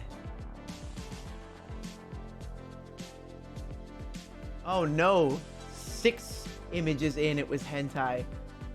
But it's like safe for work hentai. It's one of those ones that's like, oh, this is like obviously somebody's like super specific fetish of like literally she's just gagged. That's it. She's not, and it's not like a ball gag, it's a cloth gag. So it's like this guy, and it's not well drawn. It's really badly drawn. I could show this on stream. This isn't TOS. This isn't TOS. So it's like obviously not well drawn. And this is fetish fuel for someone. Yeah, it's DeviantArt level. So, oh, I so wish I could do this on stream one day. But me and my friend John have an old pastime where about once a year, we spend a good couple hours doing what we call DeviantArt dumpster diving.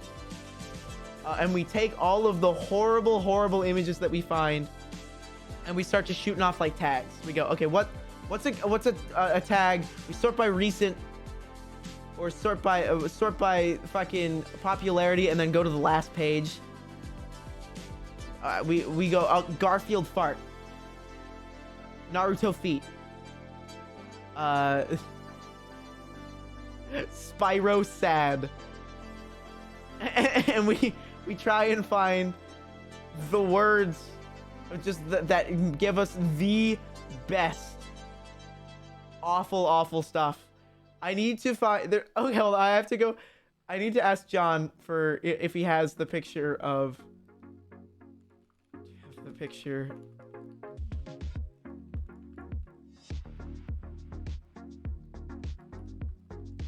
It's so good and it's safe for work. Yeah, okay, I might have it saved somewhere, but I'll have to go through my pictures folder. Old PC import. I know I saved it as do not ever delete. I got some really good fan art in here. Oh man.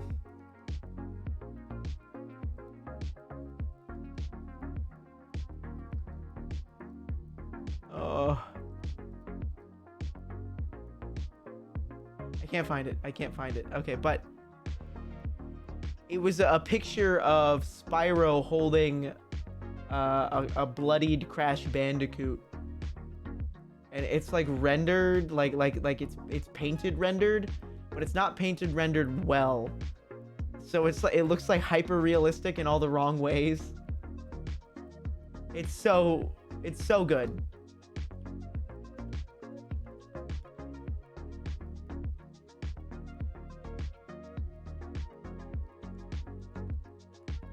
Have I seen Spyro Subway? Of course I've seen Spyro Subway. What do you think? I'm crazy? Come on.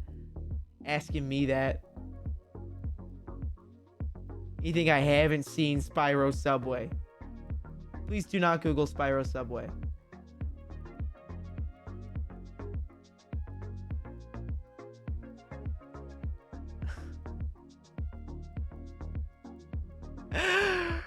Okay.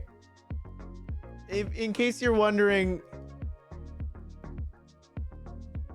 the art that we'd find DeviantArt dumpster diving looks like this.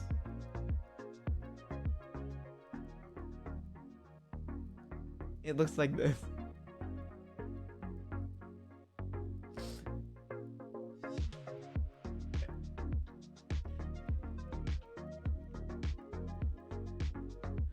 Oh, I love it, dude.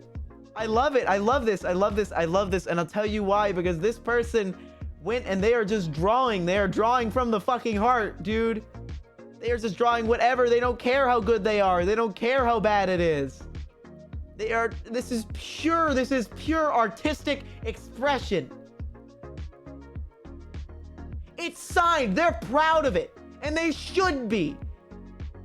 Because they have the fucking cojones to fucking put this on the internet. I love it. I love it. So we used to like talk a lot of shit on DeviantArt dumpster diving. Oh, this is so bad. Oh, this is drawn like fucking ass.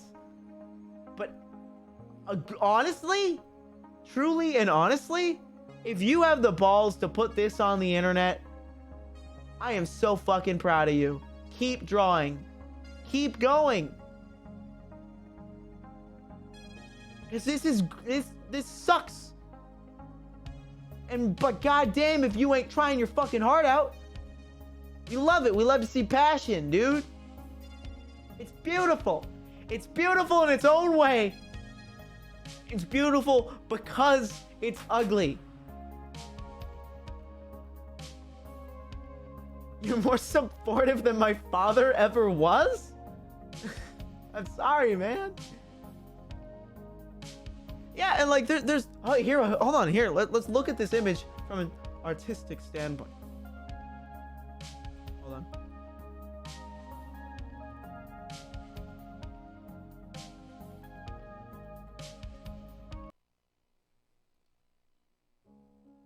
Not okay.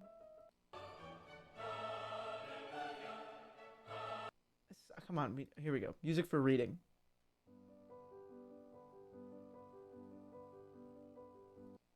These are all piano sonatas. I don't want a piano sonata. We need some string classical music. Here we go. The best string pieces in classical music.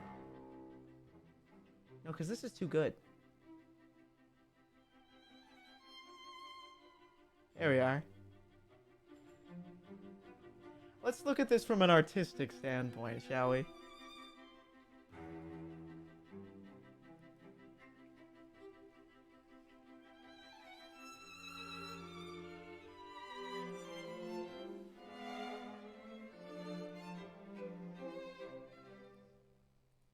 I'm so gonna get DMCA'd for this, at least.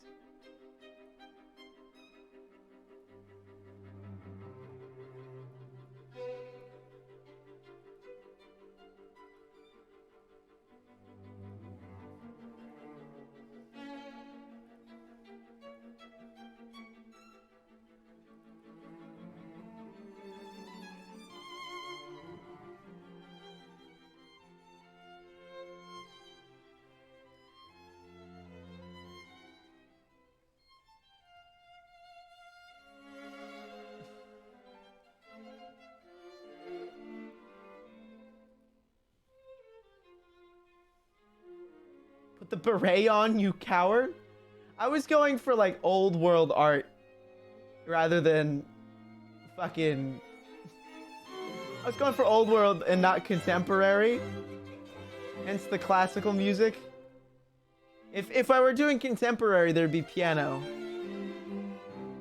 This is Doug Walker 2022. Okay. Let's look at the composition here. We've got. Yeah, this artist knows the rule of thirds. See, about 1/3 into the frame is where we can draw some invisible lines of action, both vertically and horizontally. If you get your lines of action to match up with these 1/3 lines, they're considered a well-balanced shot. They'll be very pleasing to the eye. And they put Crash's eye right at the cross of a horizontal and vertical rule of thirds line. This is precisely where they need to be. I still find that this frame's a little too weighted to the left. This is a commission, it has to be. It's the art version of My Immortal. We need you to review that. I would totally do that. Some beautiful uses of color, as far as color as it relates to emotion and color theory. Here we have this dark scene, the clouds rendered so beautifully in a 4-color gradient. Hi Persephone, don't stand in front of my camera, I need that. Say hi to chat.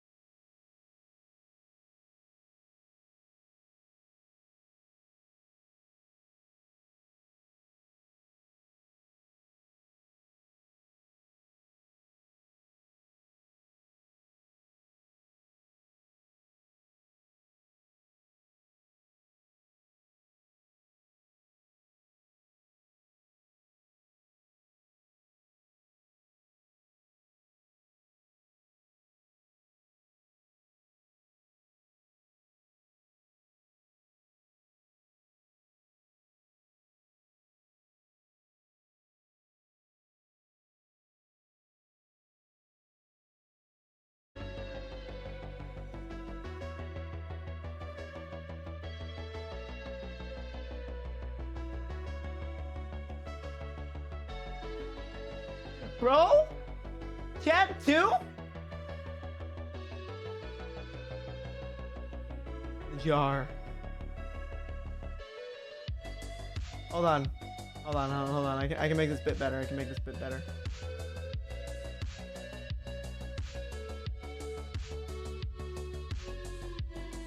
I can make this bit better.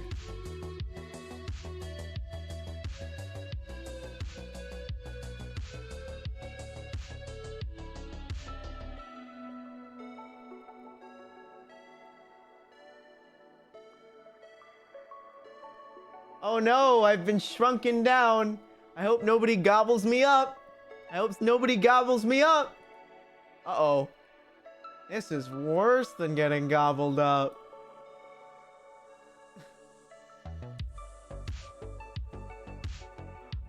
Uh-oh. Uh-oh, no. That's not good. Get me out of here. Not another vor bit. Not a vor. Not, I swear. Vor stream.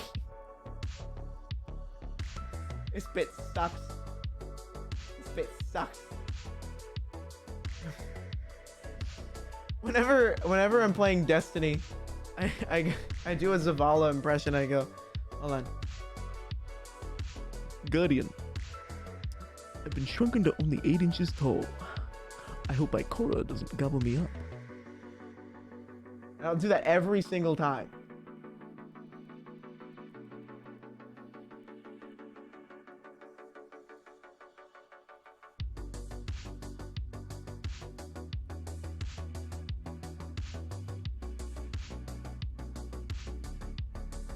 Okay, let me fix my camera. There we go. Look, guys, a new toy! I said that like fucking Woody.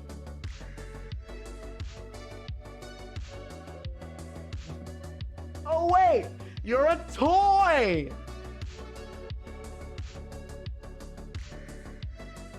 Our little rainbow oh no. Oh. Ah! Why did I go like for like 2 frames there? Oh no.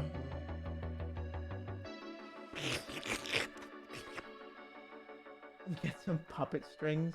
That'd be good. Yeah, okay. The thing is, if the opportunity ever arose for doing like a limited run, like a figure of this character, I would totally do it.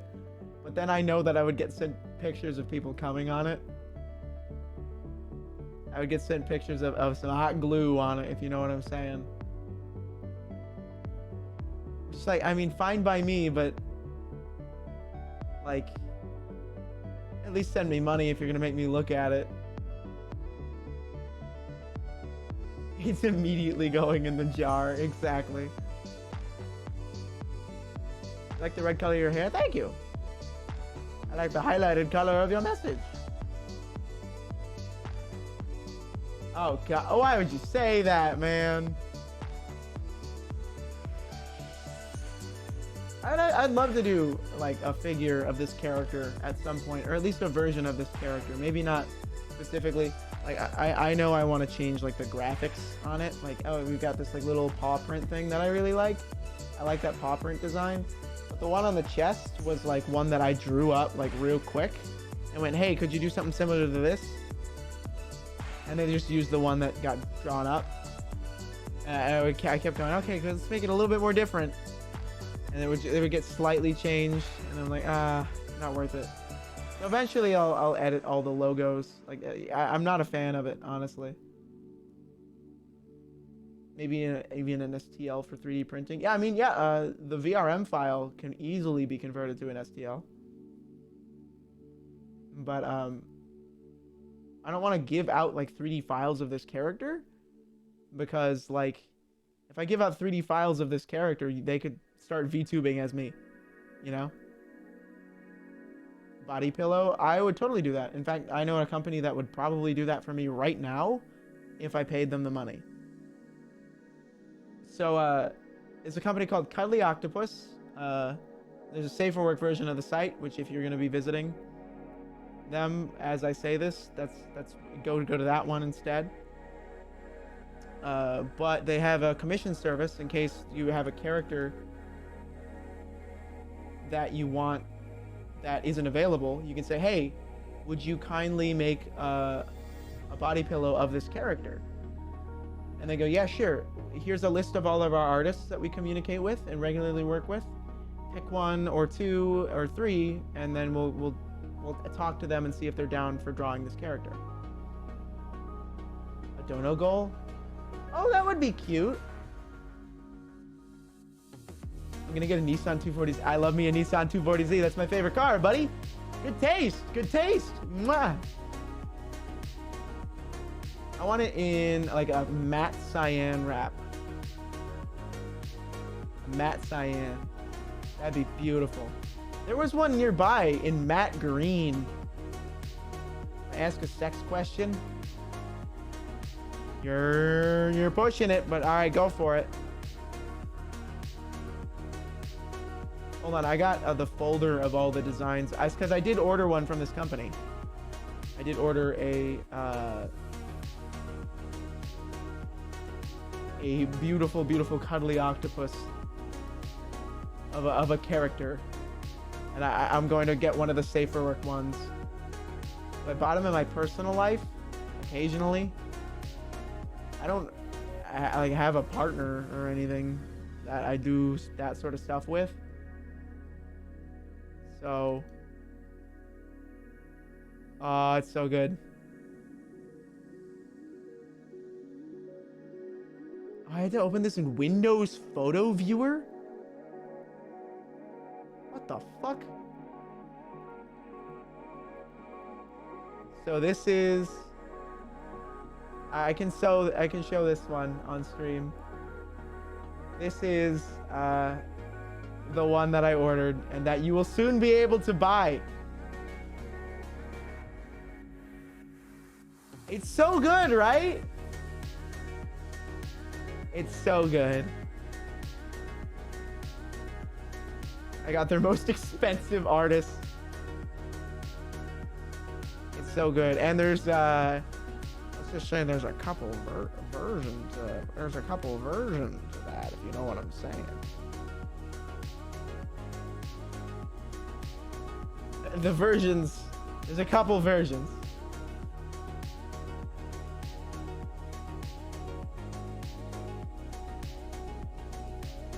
Windows. I haven't opened Windows Photo Viewer. I didn't know that Windows Photo Viewer was like by default still installed.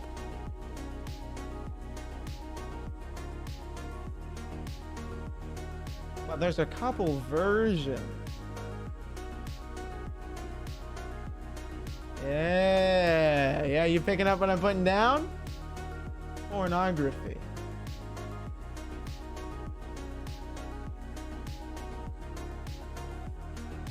The chin mole was very, very important to me.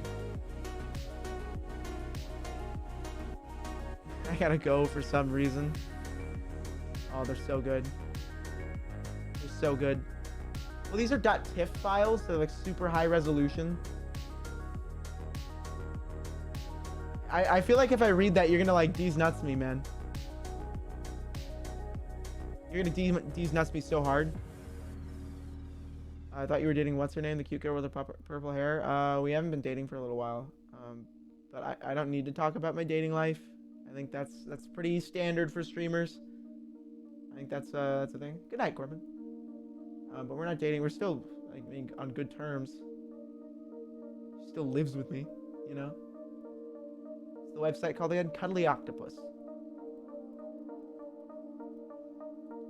But it will soon be available. Let me see if it's available now.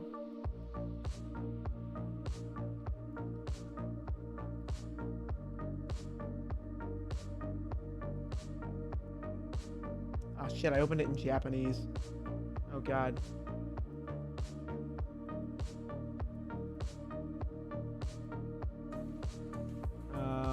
Covers, browse all covers. Yes, there she is! Yes! Yes!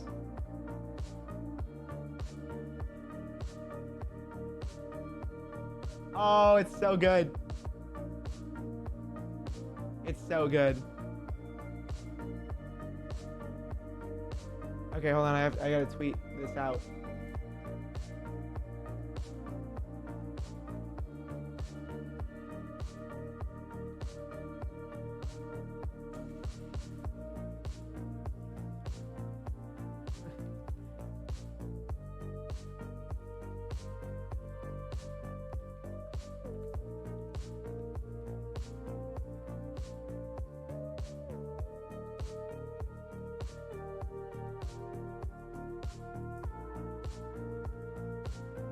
There we go.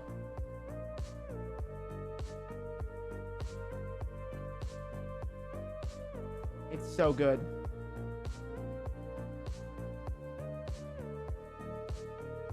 Having to use that language, I wasted 3 years learning. In case you don't know, 3 years of my life spent on Japanese.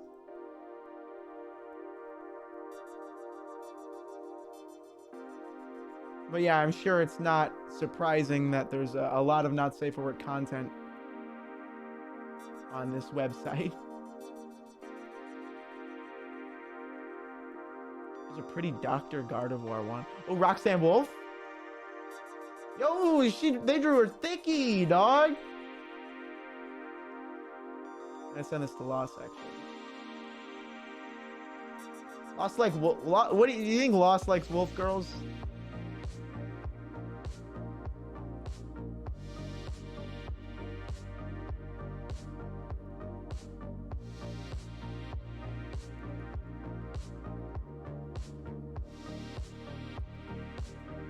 Yeah, there's so many. That's why like I went to that site. So you can actually like, let's say I got like Twitch partner, and to celebrate the goal was, oh, we're gonna do a we'll pay for a daki. That might be a fun thing in the future to do a dono goal for paying for a daki. I'll have to talk to the artist or to the guy. The Midna one is great. I own the Midna one. Yeah, that could be fun.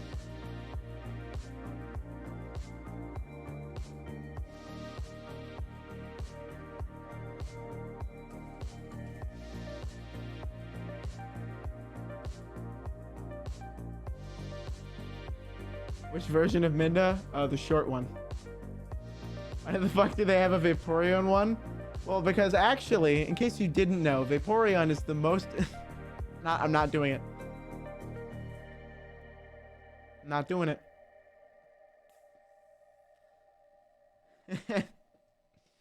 Spooked ya.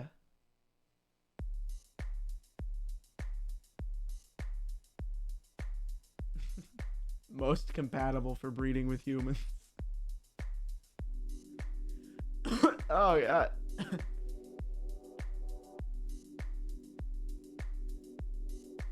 Hold on, I need to see if the artist that this is actually did transition. I mean, their pronouns are she, her on their thing.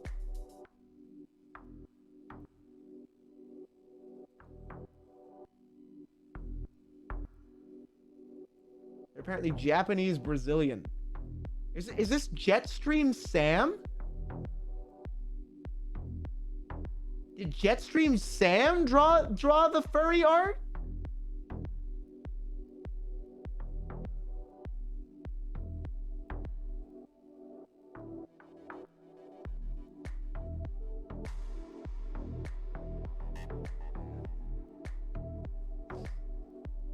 Love me some Metal Gear Rising. I'm gonna spoil something for you. Oh no. I'm a very, very, very big fan of I don't know why that peaked my mic so hard.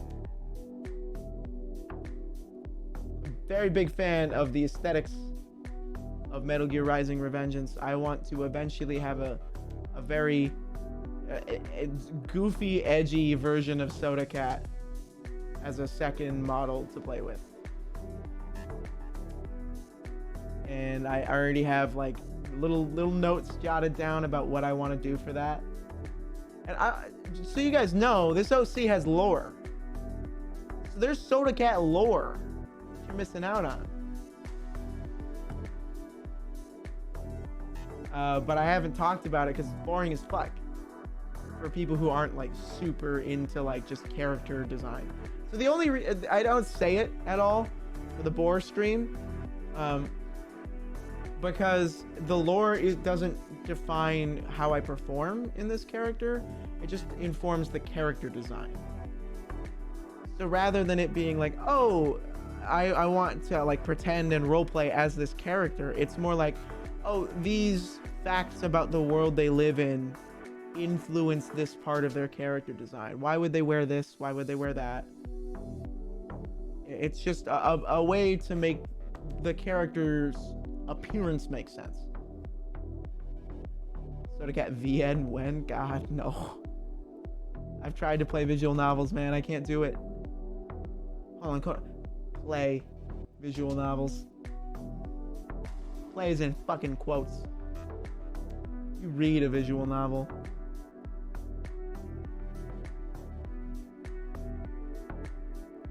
A mockumentary? I don't know what you mean.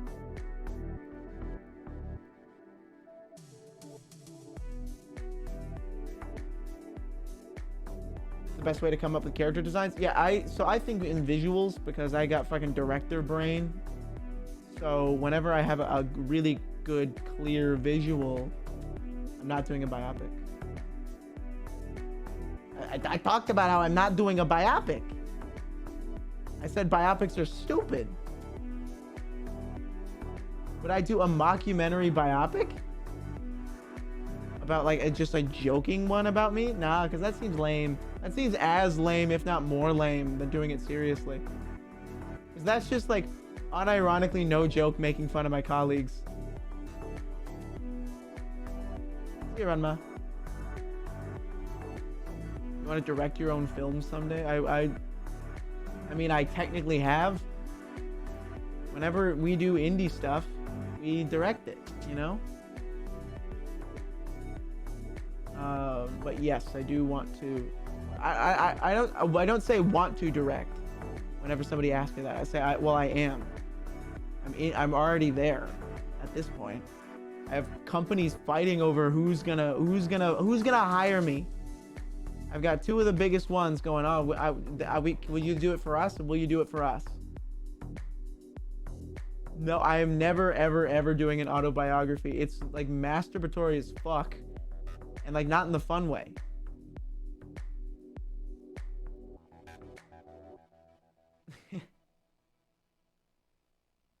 Yeah, I've more than one fancy doc. I have a company.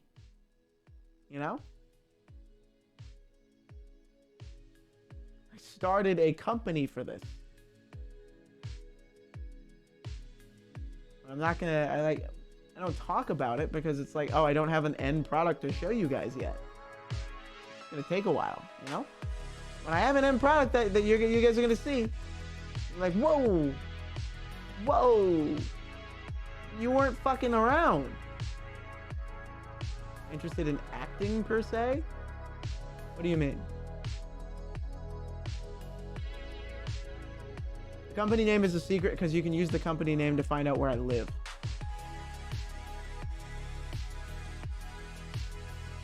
I'm approaching rapidly. Start running. As in movies and series. I talked about how I have done acting like actually not for porn before. I don't like go out of my way to go, oh, I want to be an actor. I want to be a real actor. I don't, I don't want to do porn anymore. I want to be a real actor. I want to be a real actor. Oh my. No, I don't do that because that's kind of silly. It's like, I don't treat what I do as not as valid as film and mainstream. The rest of the world might not treat it as porn not being as valid as mainstream, but I don't give a fuck what the rest of the world thinks. I'm making more money than 90% of the people in mainstream, you know? And that says that the world, the general population thinks that my job is at least valid enough to pay for. What do I think about Euphoria? I think Euphoria is a work of art. Absolutely, it's a work of art. Sam, I talked about how I'm in it a couple times earlier. But Sam Levinson, absolute auteur, love the guy, he's great. Absolute artist who genuinely gives a shit about his craft. Because that's like the big difference between mainstream and porn for me, is who gives a shit. Wait, shit, that was you? I can assure you, you don't know which character was me. That's like, there's like, I'm 90% sure you have no idea who I am in that show. I play an extra role. I play 2 extra roles. I have a line. I like to call it my quite literally 15 seconds of fame. Because it is exactly 15 seconds. But yeah, Sam, absolute auteur. Yeah, it was. I mean, it says like all of our names at the end, the credits or whatever. And I'm sure somebody went, oh, those were all porn stars.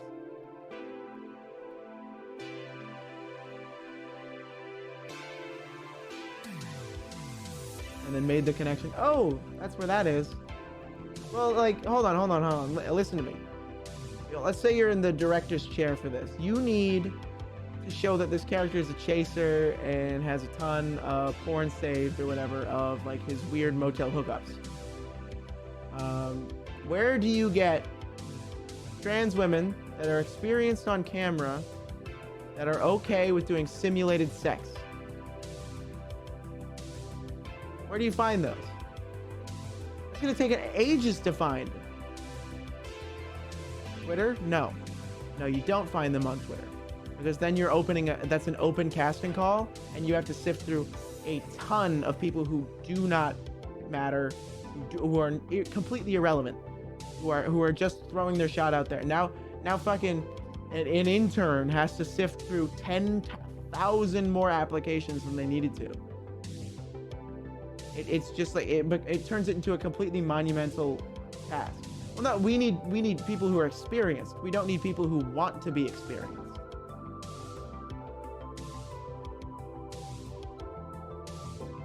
They find you on Twitter? Well, where the fuck are you? Where are they gonna search? They're not just gonna search for trans people. Like, how do you start that? You need a starting point for that. You guys getting it? They can't, because it's either you have an empty fucking open casting call, or you already know where to look.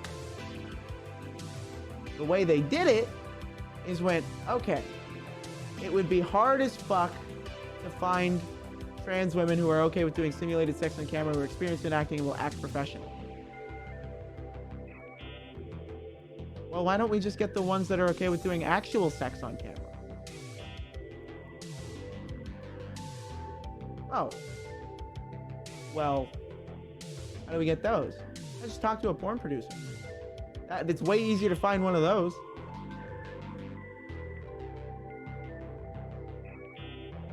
Music down a bit? Sure. Oh yeah, sorry, I'm talking away from my mic. So, let me point this way a little bit. Yeah, so the best way to approach it best way to approach that scenario is by literally going, hey, let's just get the ones who are okay with doing real sex.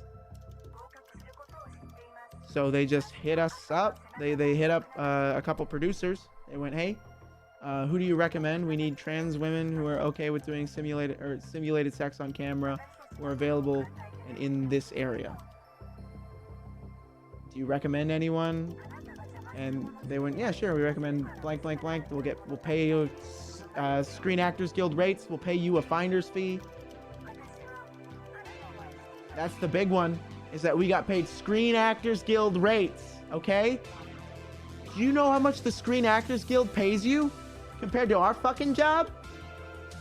1 day on set for Euphoria. Extra roll, 1 line. was worth 3 professional shoots. One day. Long day, but there was craft services. Got to hang out on crew. They got me a car. They drove me there from fucking downtown. Like an hour-long drive. They got me a car, a driver in it and everything. Like, oh my god. Hello, Spider. How are you? No, they treated us so well. Is Eric Dane as hot in person as it seems? Yes. Eric Dane is one of the most charismatic individuals I've ever met. And he rides a motorcycle too. That's what we talked about, honestly. He's a really cool guy. And he's mesmerized by our work. He adores talking to people who do our job. Was his cock actually out? No. Thank you, Bugs! For the 8 months. His cock was not actually out. I learned recently, when you're doing Screen Actors Guild stuff, and somebody's not union, you can't have them be nude. And if you're pairing them with someone who is union, you have to make sure they're both not nude. You need to both be union in order to do a full, genuine nudity scene. So instead, they just painted a prosthetic dick.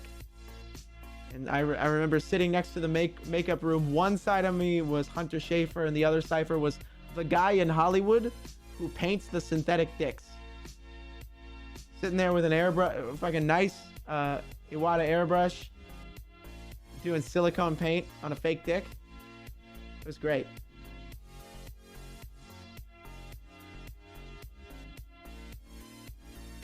Mesmerized by that guy, because like he was a fucking like huge, like 6'2", really beefy guy, and I'm like, what did you do before this, man? He's like, no, it's just what I've always done. Like, all right, sweet. He just always did like makeup effects. First, when you learn that skill, you learn how to do other prosthetics too. You know, you're not just doing always the dick. You're gonna do like, oh, how do I do a wound? How do I do Star Trek, the shit they put on people's foreheads and oh, they're an alien. Oh, to be paid to paint a prosthetic wang. It's a job. That's a real job that you can go and get right now. And sometimes you do a finger. Oh, was that a joke? Who's more of an artist, Dildo Airbrusher or Crash Bandicoot Death DeviantArter? I consider the Crash Bandicoot Death DeviantArter a more of an artist, because they are creating art out of passion for art. While the guy who's painting the dildo is doing it for his job. I would always consider art made out of the passion for art to be more... It's not more valid than the other. It's just more like... It's more creative to me. It's a creative venture rather than a business one. Not saying that one is better than the other, because art made for a business is still art, you know? You're using artistic skills, you know?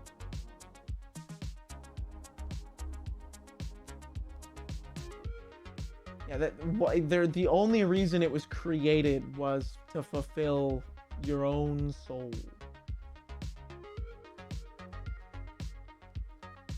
On your last tweet, I linked this Daojin artist. I don't read Daojins, man. I mean, I said I did, but like, I read ones that I see like single pages out of.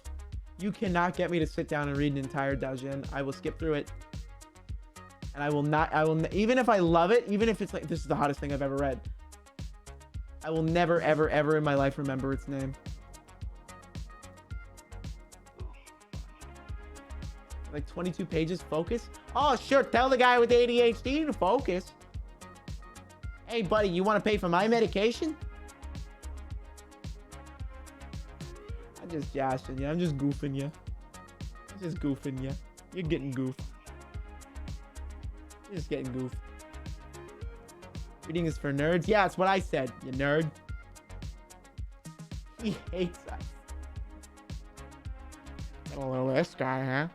Get a load of this guy, huh? Get a load of this guy. Get a load of this guy, huh? Get a load of that guy. Get a load of that guy, huh? And yet you read chat. Well, yeah, I want to be a good and entertaining streamer.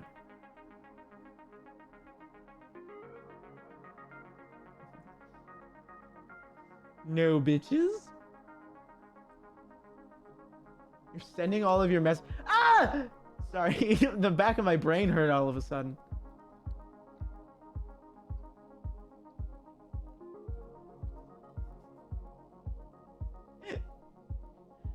I like to treat there's a joke that my friends and I do whenever we're doing really, really bad in a video game, and then all of a sudden we whip it into shape, get a triple kill, turn around. It's like, dude, what happened there, man? It was like, the back of my skull hurts. My brain hurts. I smell burnt toast.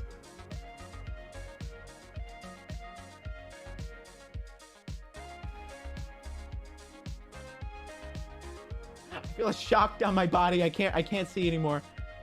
I'm tasting blood. I'm tasting blood. Oh, it's so good. It's one of my favorite stupid jokes we do. Fucking Wigan whipped out the Orb of Funk yesterday, which is a hot reference and a half. Orb of Funk.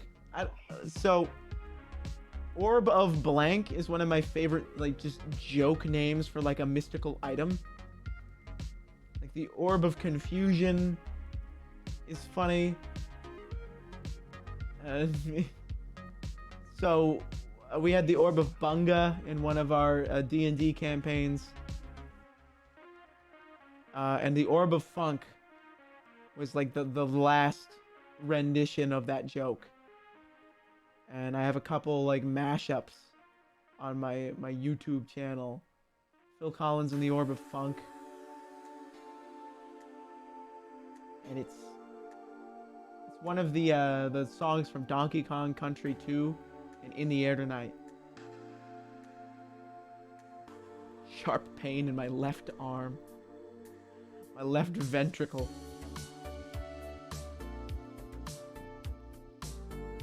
Ooh. Damn. Oh, we looking funky. Oh.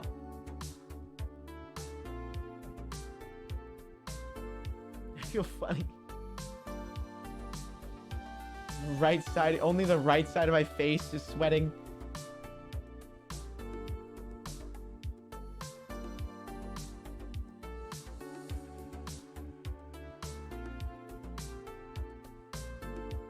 You mean you feel funky?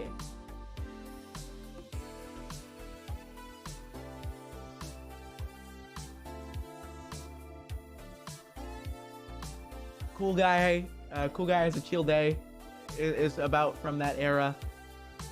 So when Mr. Funk came out, we lost our minds. When Mr. Funk dropped, did I just like confuse literally everyone in the chat by saying cool guy has a chill day? Or do you guys know what I'm talking about when I say the video cool guy has a chill day?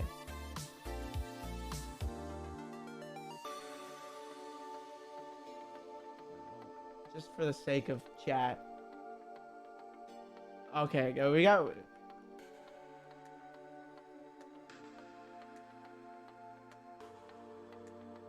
Oh man, 13 years ago.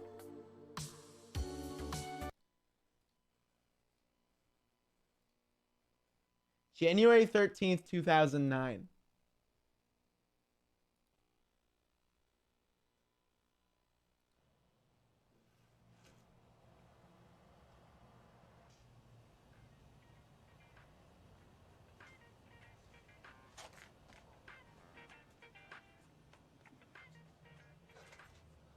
It's Cougar! Cool guy!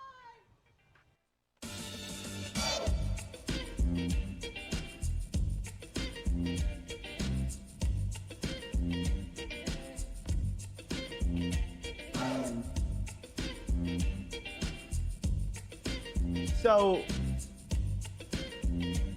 cool guy has a chill day.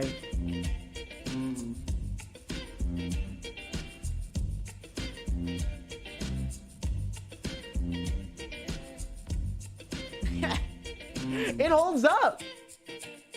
I didn't think cool guy has a chill day would hold up. This is still funny. Oh, that's not funny. That's not. I spoke too soon. I spoke too soon.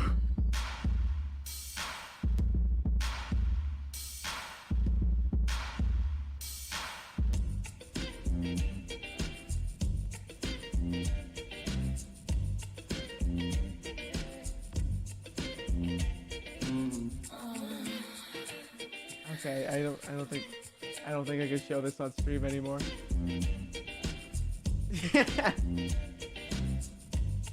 It is too long. It is way too long. Should have ended a minute ago. If it ended like at the store, I think it would have been. Yo, we got some Neil Cicerega recommended.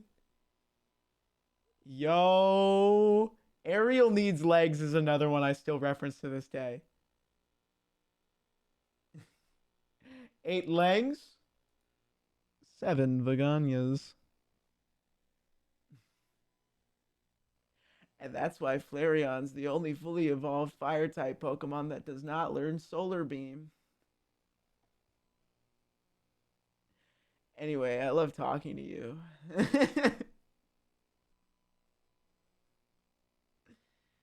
It's not true anymore. There's quite a few fully evolved fire-type Pokemon that cannot learn Solar Beam.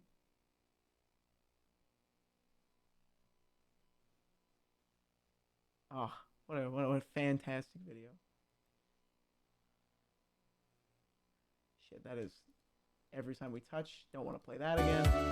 Ah! Mr. Funk next. Mr. Funk is a better costume, but it's less funny. Goodbye, Pegchan. Have fun.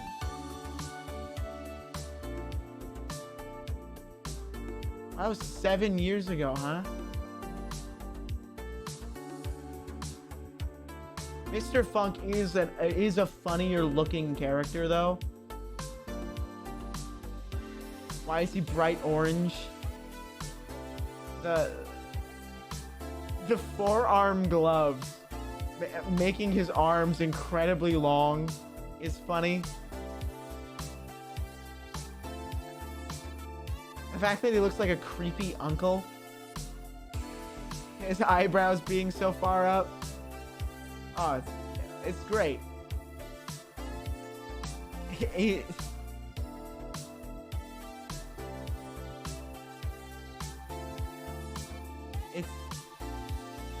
great. Pizza time. Oh no, I can't talk about pizza time. That's a classic right there. That's from about this era. It's like a Smiling Friends character. Absolutely. He's like a weird critter. I love that Smiling Friends like has this beautiful dichotomy between actual real human beings. I was gonna say dichotomy, but there's like 3 classes of like species where it's, oh, we have human beings, like actual, like Simon S. Salty and the Reporter, and then we have like cartoon animated humans, and then we have critters. They all live in the same world and are all treated fundamentally equally.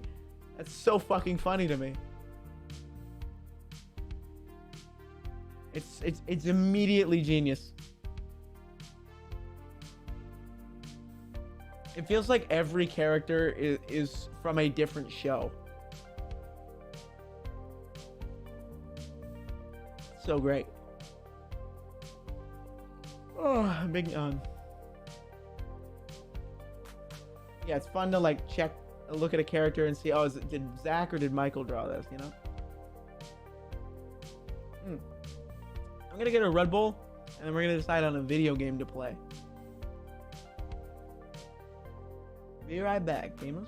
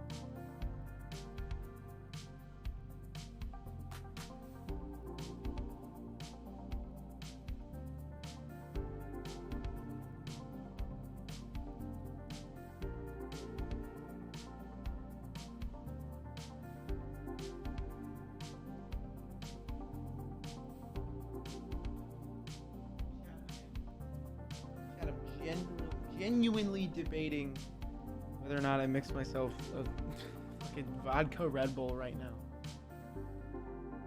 I don't think I do it because I only have Ciroc left, and it's not a vodka Red Bull unless you're using cheap, awful vodka.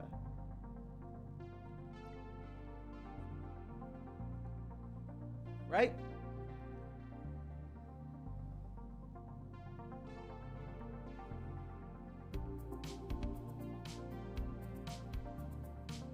Let me give this the old.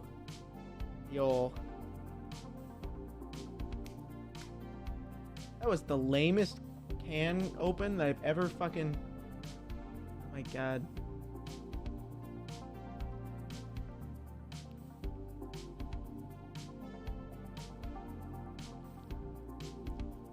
Nice hits. Let's get that into a tray. Nice, okay. Flaccid Crack. That's my third album. Yeah, you use Tito's with Red Bull. Steve MRE 1989 or Steve 1989 MRE info. I missed the can and just poured Red Bull onto my dick. Can you absorb it that way? I was looking at my VTuber model like it was a mirror, and the can wasn't there, and I got scared. Okay, I barely spilled any.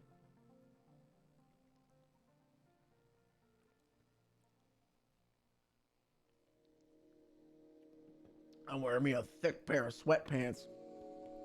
Drank 2 Gatorades before stream.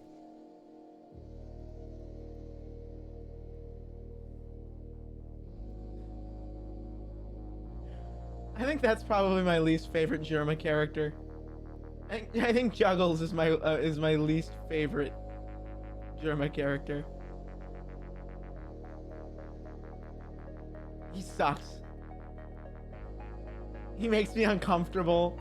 I hate him as a character because, like, if looking at like Juggles as a character, it's that okay, he's a streamer who drinks Gatorade and then shakes his belly next to a microphone to get all the sounds in. That's just what he streams. And he has like thousands of viewers. Is that you have to think about what world does Juggles live in where thousands of people will watch a guy jiggle his belly full of Gatorade next to a microphone live. Thousands of, like, they'll watch that like it's ear licking ASMR.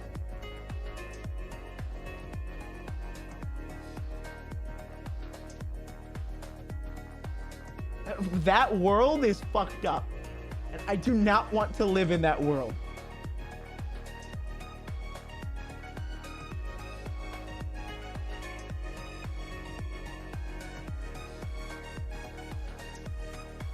Well, let me find like the best way to. There has to be a best way to drink to not break my tracking.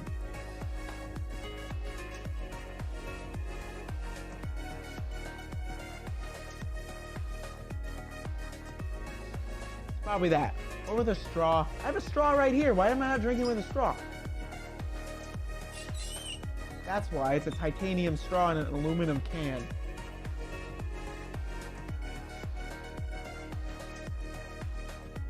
People will watch Hassan, they'll watch anything. I mean, I don't want to talk shit on the guy. But fuck, I cannot watch his stream. Oh god, did you hear that? I'm sorry. I cannot fucking watch his stream. It's annoying. It's annoying to watch. But holy fuck, if I don't respect, like, don't get me wrong, I'm pretty left wing, but if I don't respect somebody who grifts that hard, somebody who literally does not give a fuck that hard,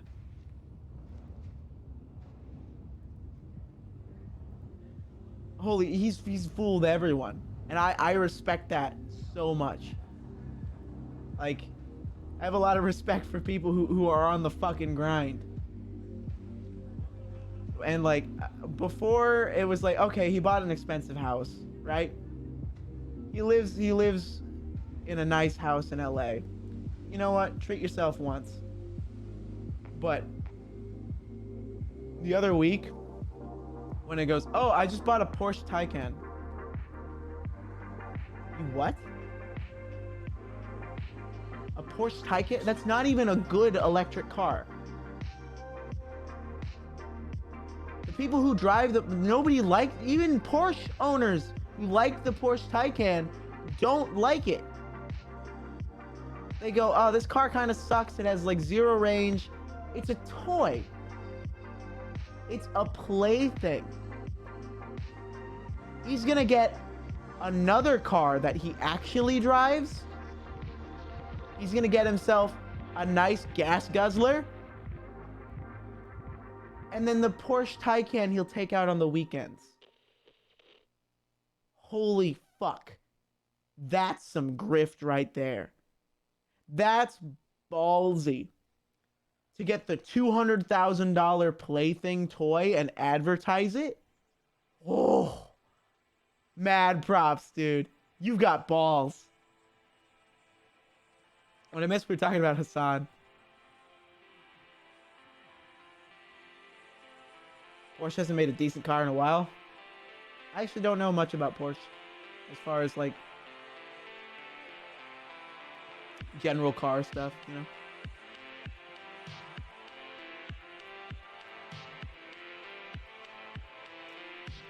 To be honest, there's nothing wrong about being a socialist that says you have to be poor.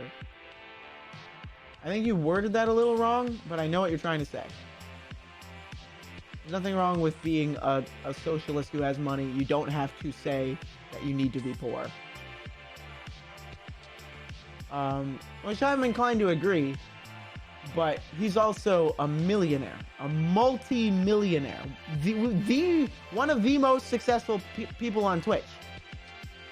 He makes lucrative money. He makes throwaway money. He makes fuck you money. If you wanted to, like, if he wanted to do virtually anything, he could. The only thing he couldn't do is like, oh, I want to go to space. You know? That one would require a little bit of hoop jumping. But he could still do it over the course of like a year. He doesn't have billionaire like, oh, fly me into space money. But he has virtually anything that you could think of, he can get. He wants a yacht, he could get a yacht. You know, he's got that much money. But if he wants something, he can have it. That money. That's a little bit more than living comfortably. That's the next 3 generations of his family is going to live comfortably without ever working.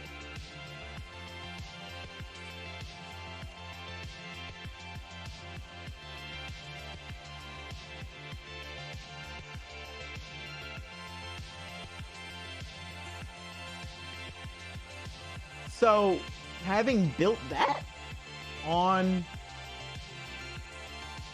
being like leftist is like, that's like where you built your platform. That's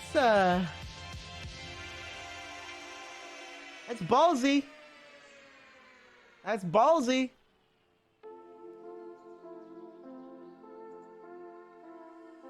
It's ballsy. I don't think anyone can argue that Hassan isn't grifting. Right? Like, that's not possible.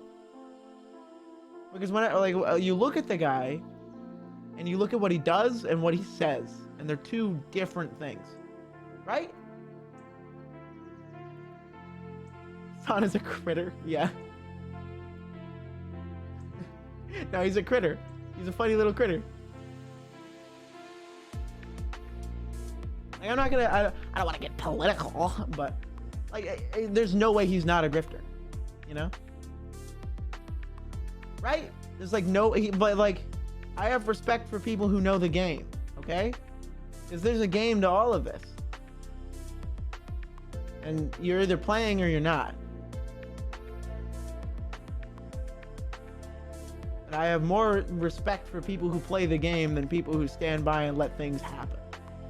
You know? Like, I've always... Here, I'll talk about my industry again. I'm talking about porn. What makes somebody successful in porn?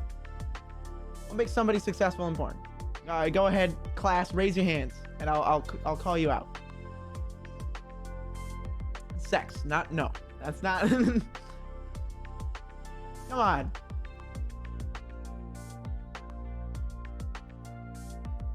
Come on. Give me some answers.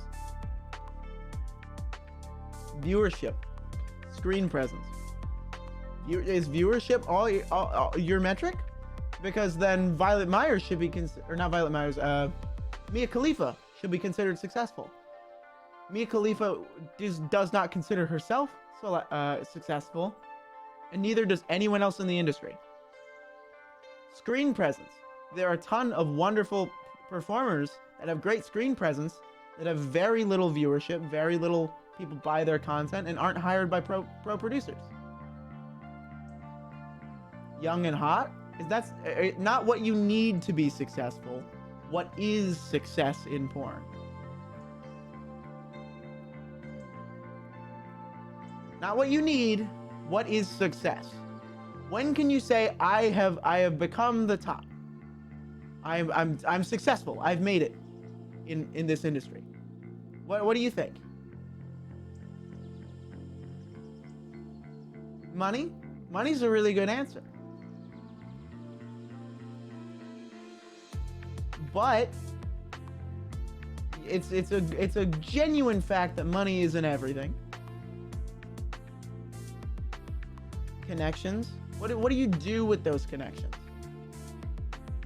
Social media presence. Social media presence doesn't get you paid. Especially not if you do what we do. I want you to know, brands don't touch our social media with a fucking 39.5-foot pole. Ever. Ever, ever, ever. Does Adriana Chechik have a G Fuel sponsorship with her 2,000 viewer streams? No. Ever. She will never get one. Because we are brand poison. A company will look at us and go, we are the riskiest thing that they can touch. It will instantly kill them. Unless they are already known for operating on our level. Consistent money, it's got to be steady. That's closer. Because here, let's look at performers that are super, super popular. Oh, let's look at Adriana Chechik. Adriana Chechik plans on quitting in the next 5 years. Is that success? Multi-award wins. Stars in a scene every week. Makes more than enough money for a lifetime. But what has she created? Huh? What have you done to change the industry? What have you done to make something more? Her own brand? Her brand dies when she quits. That's the thing with Adriana Chechik. You stop making content under that label, you have what you've made and nothing else. You're gone. You are absorbed by whatever is novel. Because our industry loves novelty.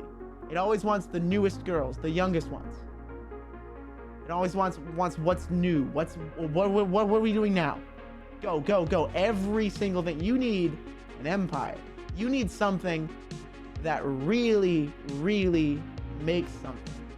You need to leave an impression. You need to leave your stamp on it. Let's say I changed the format. Something that says I made something here, and now you can never make anything again without considering what I've made first.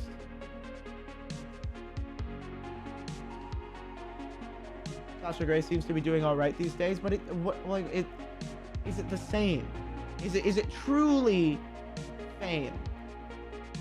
And Sasha Grey hates the industry too. She hates it.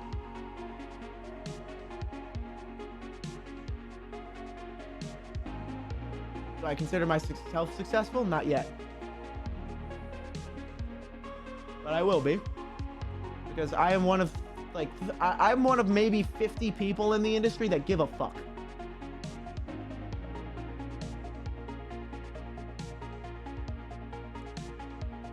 So many people are incredibly happy to show up and go, oh, I will do this scene, I will get paid this flat rate, and I will go home. Twice a week, every week, for 3 years, and then they quit. I feel like Mia Khalifa's done the best. Mia Khalifa is on record saying how much she hates the porn industry and how she didn't make any money and how she left no impression. Success in the porn industry is leaving your mark. Success in the porn industry is making it so that no one can operate the same way again. Leaving a mark is my answer. Because if you even have the notoriety enough to leave a mark, then you need to be money successful. You need to be socially successful. What are some examples of performers that left their mark? Angela White, Joey Silvera, Rocco Siffredi. I don't think there's any modern one that even compares, with the exception of Angela. Made her mark with respect to the Me Too movement. Well, listen, when it comes to Mia, I can only answer with honesty, where it's that was a lot of it's her fault, and the fact that her boyfriend was a terribly abusive person. She had a horribly abusive boyfriend that convinced her to do it. That's not my fault.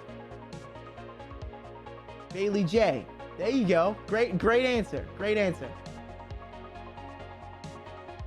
There are these monuments that you can't operate the same way without without first referencing the things that they've done. Natalie Mars, another fantastic example. Natalie is truly successful. Do I think it's being an inspiration, being Ron Jeremy's since been struck from the record.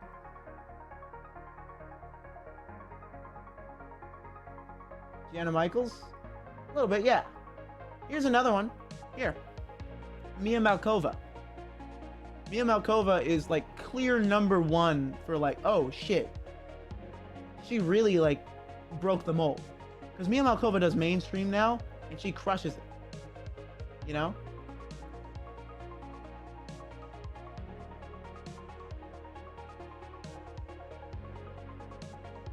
Absolutely, the porn industry isn't the same. But Mia Malkova said to everyone in the porn industry that if you work hard enough, you build your brand hard enough, you expand enough, mainstream is there for you to take too. Chloe Cherry, right? She just left her mark. I have no idea who that is. I'll look at her after the stream. Yeah, Bailey J is a legend for trans people in general. There needs to be one of those for trans guys. A lot of people would say Buck Angel, but the guy's an asshole. I think Alana Rhodes, Mark. I can't answer that question honestly on stream.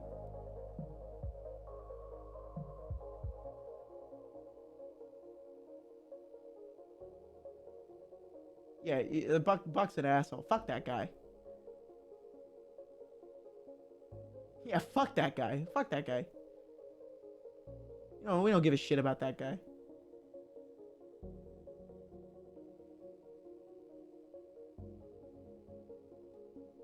Is he really? Yeah, he's a trans medicalist, which is like, oh, if you don't like get surgery, then you aren't trans.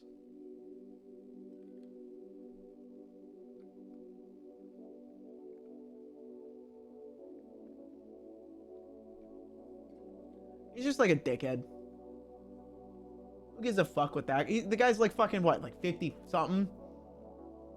Dude, you're ancient now. Your concept of sex and gender has been irrelevant for decades now. And you can't grow. And listen, 10 years, my concept is gonna be fucking irrelevant. Who gives a fuck? You know? I mean, my current idea is who gives a fuck?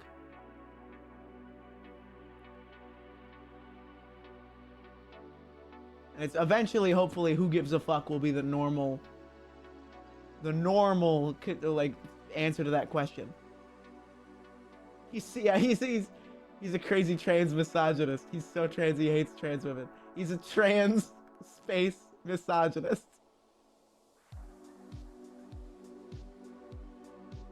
I'm gonna leave that one to Automod. I don't know if I should allow or deny it. I'll allow it. I'll allow it.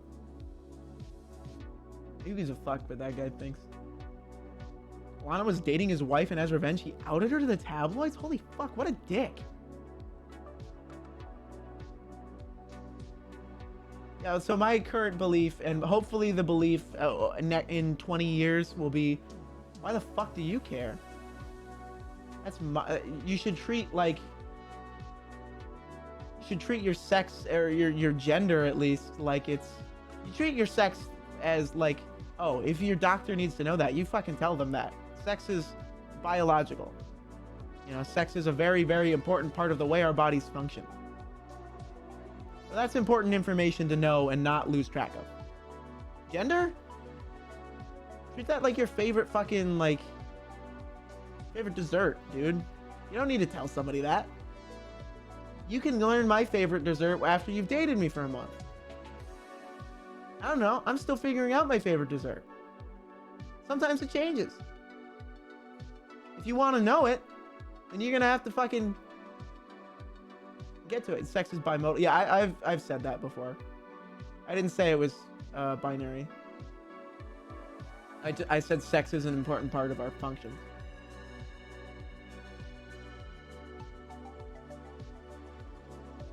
But sex is bimodal is an important distinction. Sex is not binary, sex is bimodal. Sex prefers to be in two distinct states,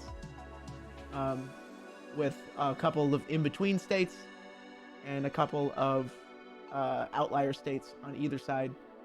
That it can totally be. Generally, it doesn't want to, though. Evolutionarily,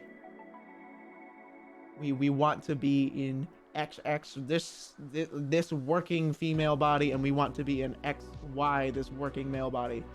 You know? Sometimes that doesn't work out. A lot of the times that doesn't work out. Some people got whack hormones, especially with all the fucking corn syrup I've been drinking. I love driving my motor vehicle 40 minutes to get to work.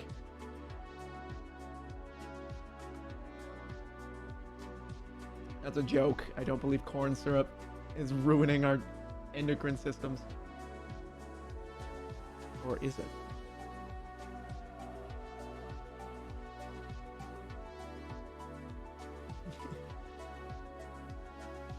I think jokes about corn syrup being like absolutely evil.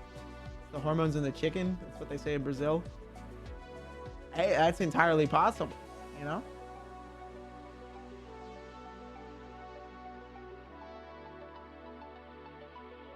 We're all becoming part corn. That's the end game, dude.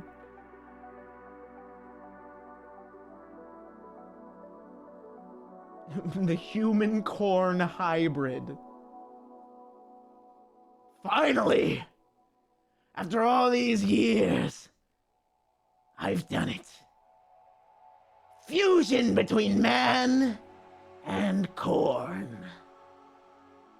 Corn! I know how to solve this problem.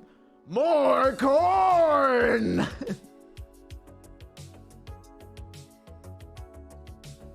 Well, gee, I am pretty hungry.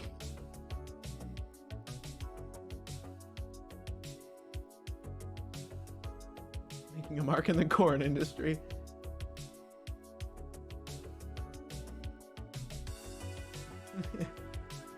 Is that an Aqua Teen reference? The audio is from Aqua Teen, but there's a great video that goes with it that I'll have to put in like the Discord because I definitely can't show it on stream.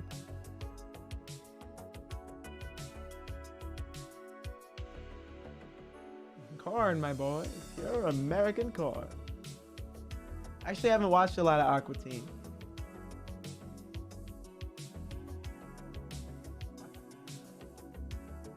Gotta close that before I get banned. Yep, get rid of that. Recently learned that corn was a medieval catch-all term for wheat of different kinds and not the yellow stuff. Yes. In fact, the yellow stuff should be called maize.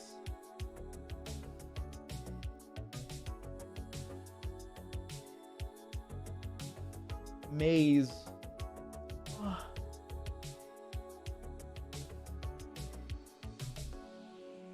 American corn tastes different to European corn. There's some really, really good corn here. A lot of the like fucking corn that we get like here in just grocery stores sucks ass.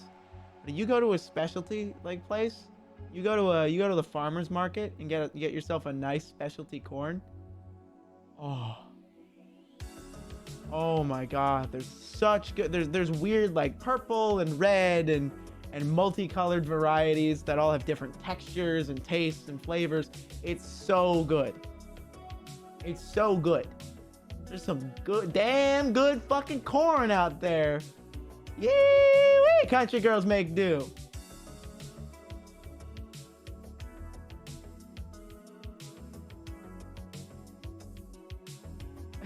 Reminds me of vegan honey TikTok. Dude, I don't get vegan honey, man. I don't fucking get it.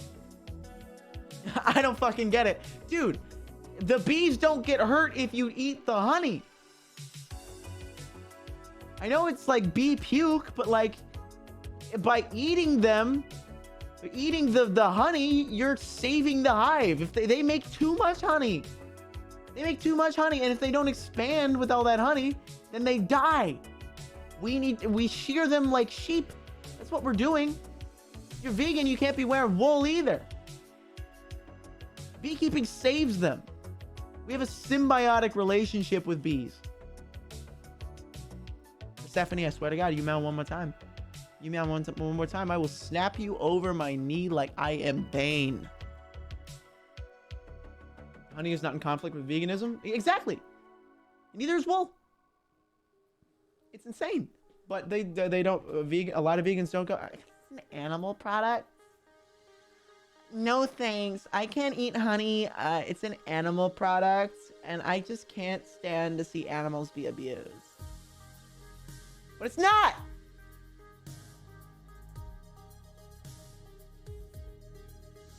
Beekeeping only uses one species of bee, pushing out other species that are important for biodiversity. Complicated issue. Yes. But come on. Vegan honey? Really?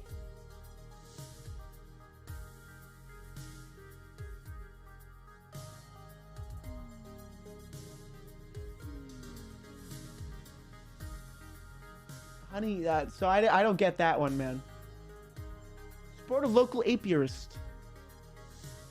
Actually, recently had a situation arise where it's like, oh, my family's an apiarist. Would you like to buy our homemade honey? Abso-fucking-lutely, dude. Vegan honey is made from like a cactus, right? No, that's agave. And I can talk about agave after this. Because agave has its own wonderful flavor. I love agave.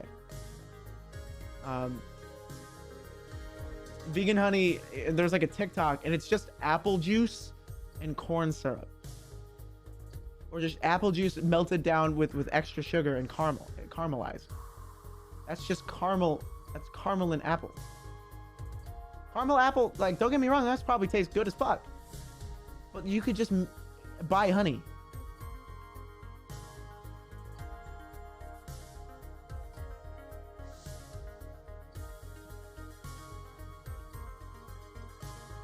You could just buy the fucking honey, man. If you do the whole animal products thing, you can't even benefit from the oil on your skin. Yeah, like, honestly. Which brings us to the sponsor of this video, HelloFresh. HelloFresh brings fresh meals to you, but you gotta cook them yourself. The whole point is that you don't have to, like, grocery shop or something, but it's a little bit more expensive than grocery shopping. I guess you're just trying not to waste food. And it's got recipes on it, where you could just Google the recipes, but I don't know. This might work for some people. By the way, we don't have a gluten-free option. If you want to make it a gluten-free option, you have to modify the recipe yourself. Which means that you should just be cooking on your own.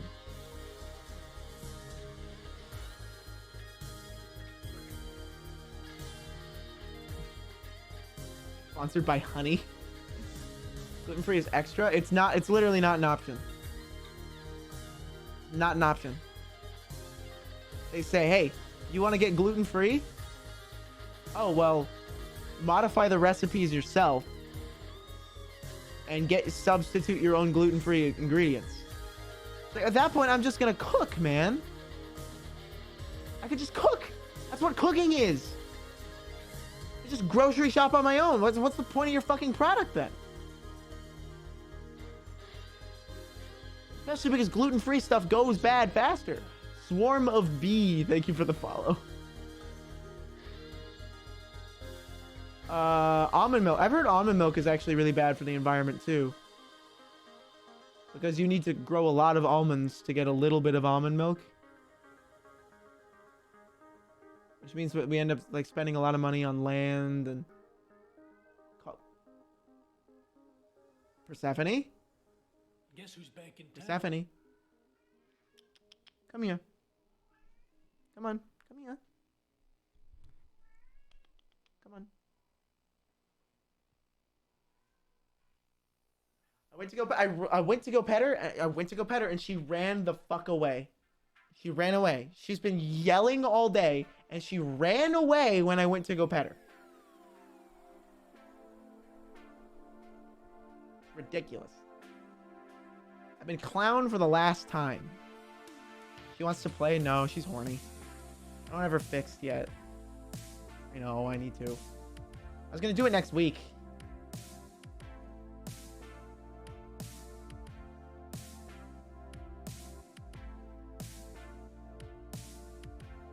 Thinking about olive oil the other day, stone. Like, who's the first person to decide to crush olives with a giant stone wheel? Some fucking horny Greek, I'll tell you that. They're holding a couple olives. They're like, these things slimy, and they went and that's how it happened.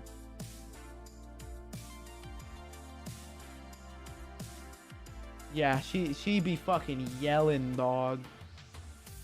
She'd be going.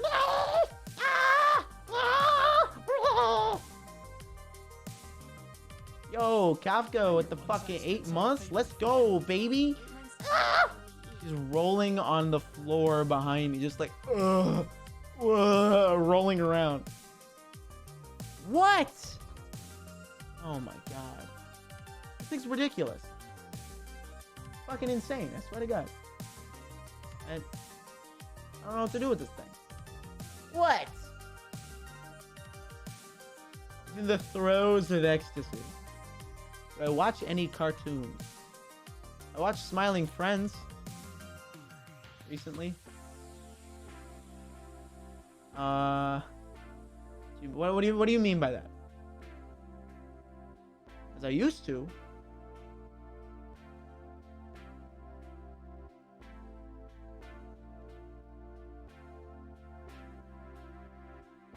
I loved it. I thought it lived up to the hype. Oh, absolutely. It was so good. It was so fucking good. It was absolutely... I've watched it twice now.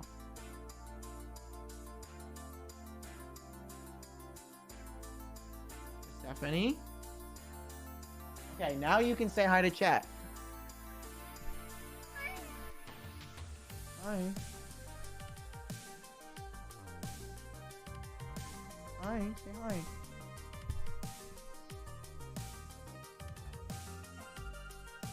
Hi, say hi. You're meowing all day, and then the moment I put you up to the microphone, you don't want to meow anymore?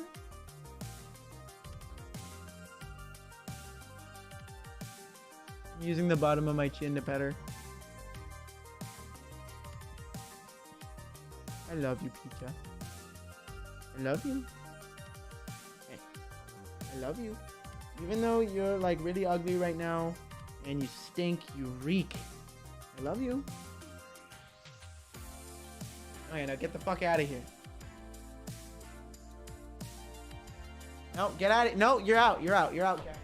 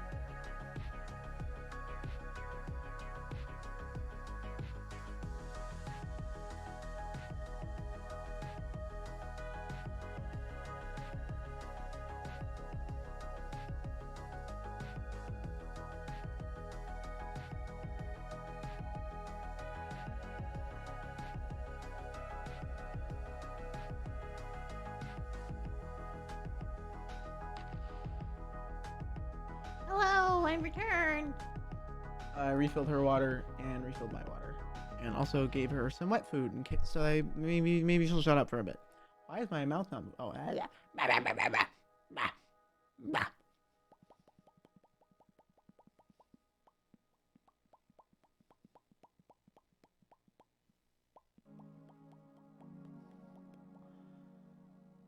do you think? How do I think? How many cats do I think I could fight? Okay. Oh, who decides the? Is it to the death?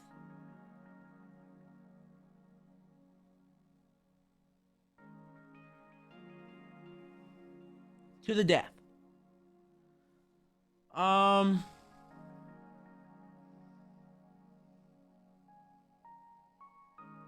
Just bare hands. Just bare hands. Right? Just bare hands. I could probably fight in a row or at the same time.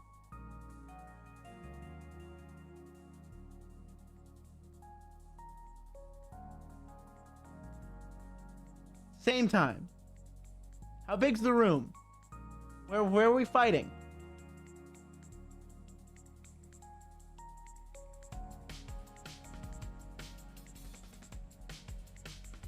UFC ring. Are the cats immediately pissed the fuck off at me?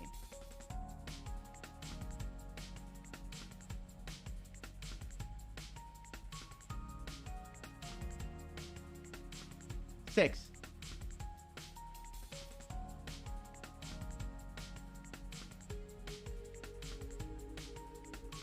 Six.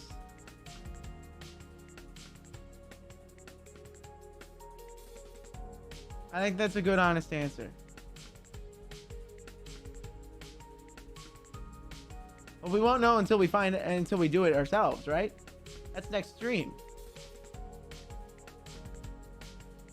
We're gonna play some games.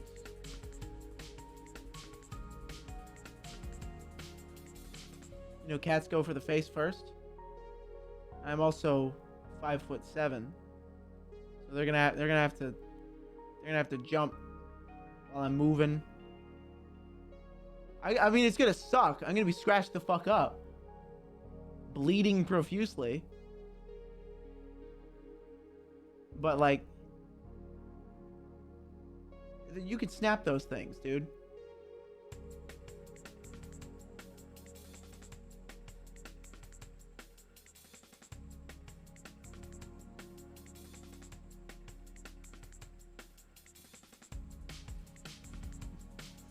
After a cat fight, just covered in bruises and scratches, little 3 or 4 scratches.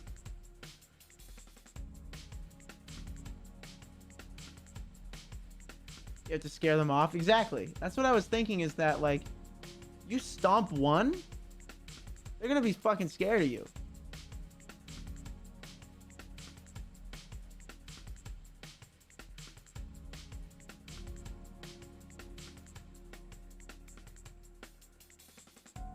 Yeah, you gotta stomp them if you wanna. Or you grab their little limbs, or by their scruff, and you bash them like a seagull against a rock. And you could never punch a cat, though. That's not gonna ever work. I don't like this joke anymore. It's got dark.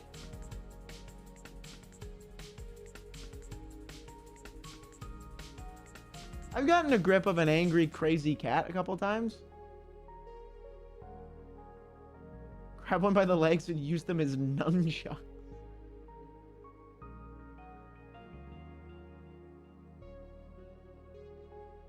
Boxing gloves.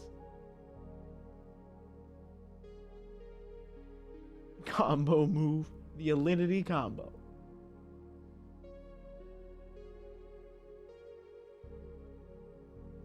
How many cats could I pet at the same time? I like to pet cats under my chin, because I know they like that. And I'm marking them as mine. When you do that in cat language, you're saying, you're mine. You're mine. Because for cats, this is where their little pheromones come out under their chin. So when you scratch them under their chin, they're saying, oh, I'm marking you. You're mine. And so I like to get them under my chin and say, no, you're mine. Their little chicas and their little chins.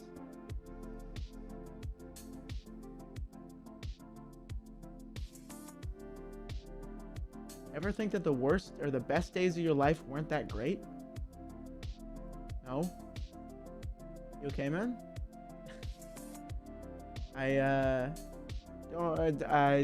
Not good to vent in a Twitch chat. I can tell you that. Kind of a bummer. Hey, here you go. Here, you guys want some genuine, honest advice? Self-deprecating humor sucks. Never do it ever in your life. It's not funny. Nobody finds self-deprecating humor funny. It's not funny. Have you ever laughed at somebody going, "Oh, well, I'm such a piece of shit, huh?" No. It's not funny unless it's comically like overdone and in a situation where it's completely inappropriate.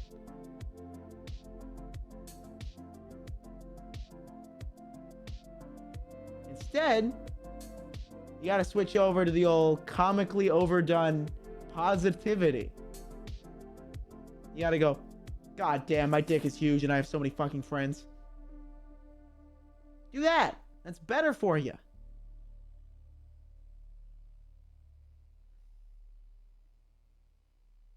It's way better for you. In the long run, it'll benefit you. Not better for the listener? What do you mean?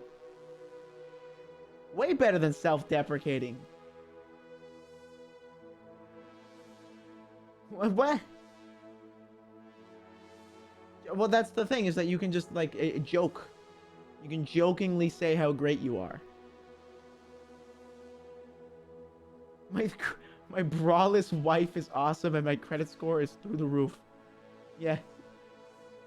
My braless wife came in, made me a sandwich, not asked for. That post sucks. That post sucks. That's the situation where you don't do that.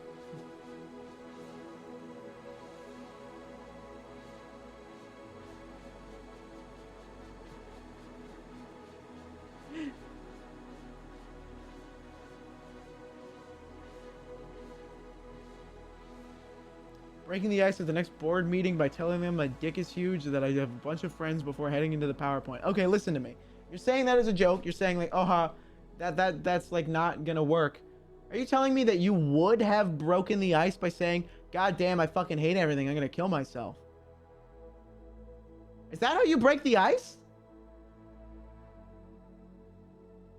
You suck, dude.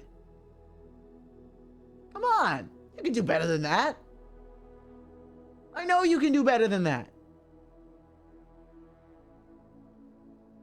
Don't you hate it when your dick touches the bottom of the urinal? That's a good one.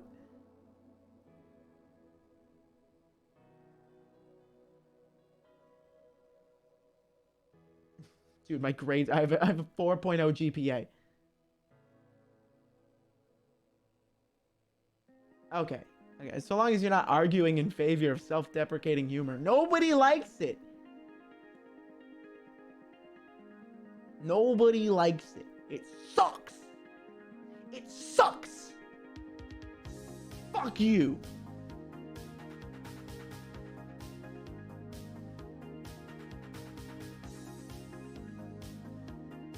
You got a cam on in your Zoom meeting?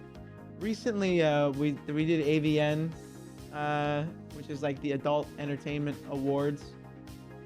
The AVN Awards specifically is what it's called, because AVN is the name of the network that does it. And they're like, "Oh, hey, we're gonna do like a group Zoom call for everyone, and then we'll move you around if in case you get an award." And it was just like 90 to 110 people on like shitty webcams and like not paying attention. They all didn't give a fuck. And then I sat there and I whipped out my red Komodo and used it as a Zoom call webcam. I was such a dick. And then they got to the point, the categories I was nominated for. They got to the category that I was nominated for, the category that I won, and they didn't pull the camera to me. And I was like, all right, well, so this was a waste of time.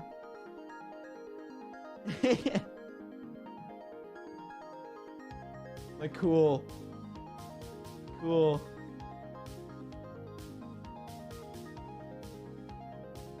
Based. I swear to God. Oh my God. Those things suck. Award shows suck.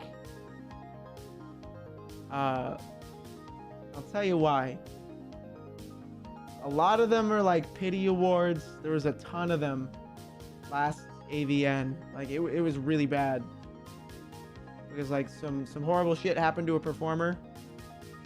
And they gave her 18 awards. And then who owns this network? What does this network publish? Which porn site uploads or owns this network, and vice versa? Oh, turns out the guys who are running this gave all the rewards to their own stuff. Ah, I get it. I get it. Oh, you haven't worked for that company because you don't want to stoop so low? Oh, you're not getting nominated. It's oh man, there's another one where it's like if you can go to start like catering to like a smaller award show. You're like, oh hey, I want to do this one instead. Instead of deciding to be a bigger fish, you choose a smaller pond. It's cringy. It's bad. Oh my God. Here's the worst one. There was like the XBiz ones. The two female presenters won Best Female Performer and Best Newcomer. The two biggest awards. The ones that were presenting won it. Same thing happened with AVN.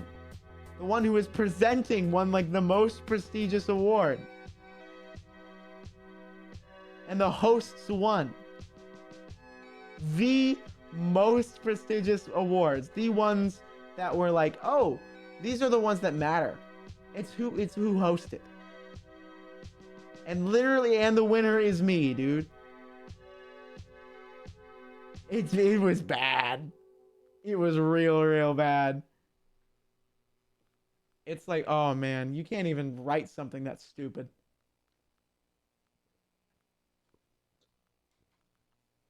Can't wait to see other TEA awards. Oh, I'm not even gonna watch. I'm not nominated for anything because I don't work for Groovy anymore. I've graduated from Groovy, dude. I'm not gonna cater to that. That's a smaller pond.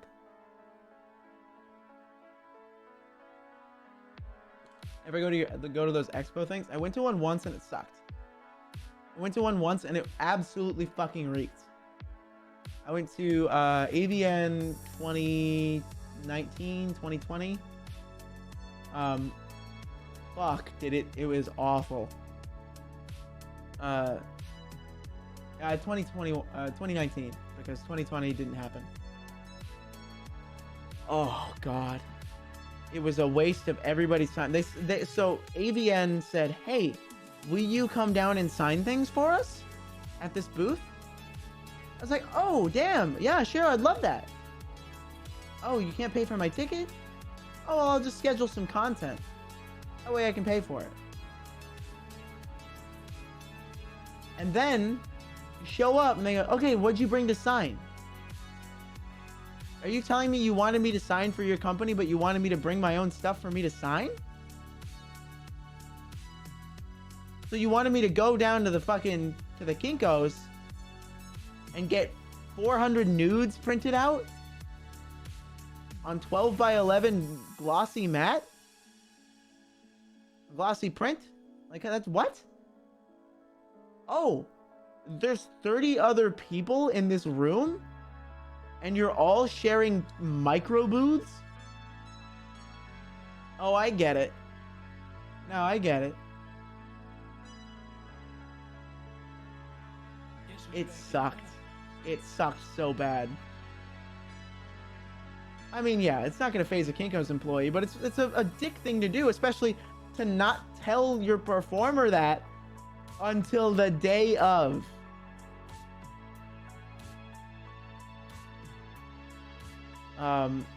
After that, oh god, it sucked.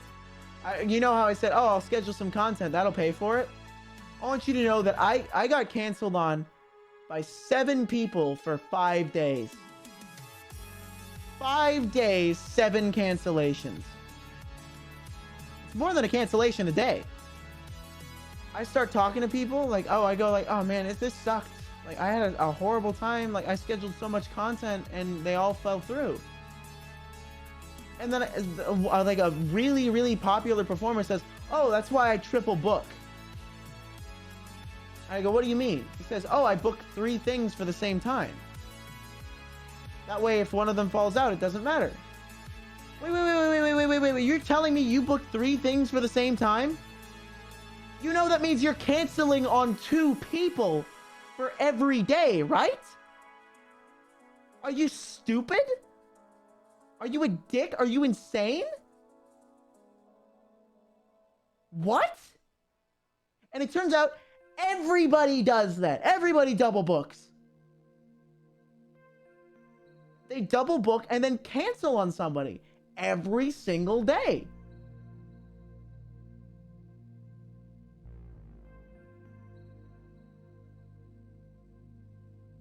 What's the award like I'm most proud of?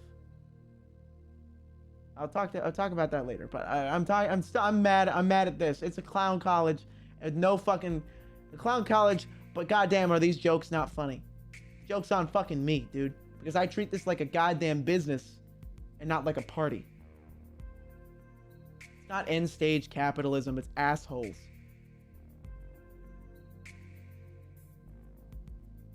No, these aren't studios doing this. These aren't studios doing this. These are performers.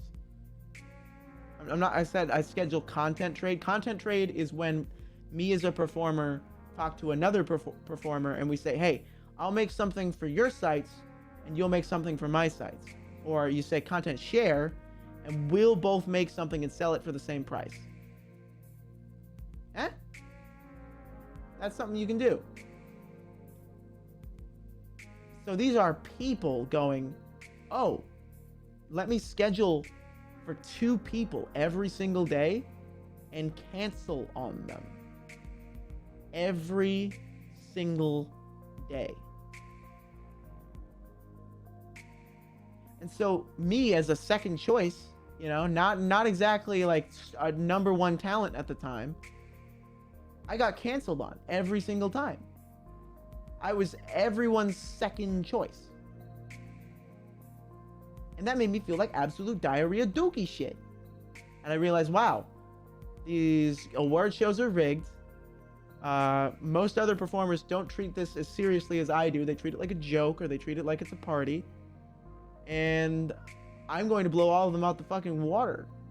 Because the moment somebody starts paying attention to this like it's a serious business is the moment you get successful.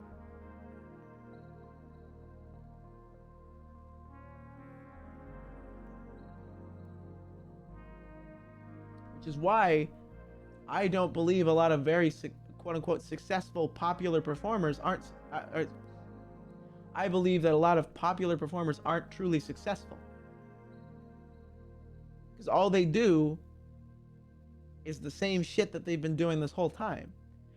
When they're given new toys, when they're given a new approach, they don't say, how can I make something new out of this? They go, how can I do the same thing easier? When they were given OnlyFans, what did they do? Instead of going, oh man, I can release like big paid content here. Like real, actual thing that everyone will see. I can do a production. I can pay for a production. I can start a studio. They didn't say that. They said, now I can take mirror selfies with more efficiency. Now I can charge more for my mirror selfies. I can charge more for the things I already do. See a deal. See? They don't say, what can I do next? They say, what can I do easier? And so you end up with a lot of professional porn stars that go, I quit professional and just do OF stuff. And then they talk about how shit professional is. right? Absolutely ethering these hoes. And there's a lot of corporate navigation. Exactly. It's like, congratulations, you're now at the whim of another company. You've done nothing to secure yourself. You've been given a hammer and a stake, and you put them both down and had yourself a drink.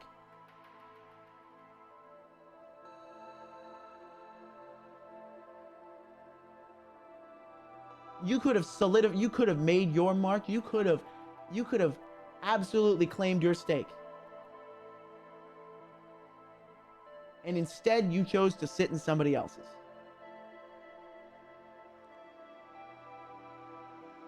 It's ridiculous.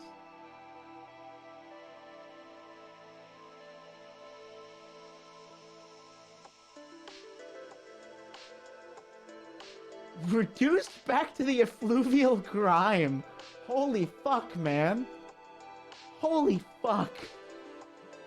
Unionize? We have no options for that. There is absolutely no situation where that is an option. We can't get unionized unless sex work is decriminalized.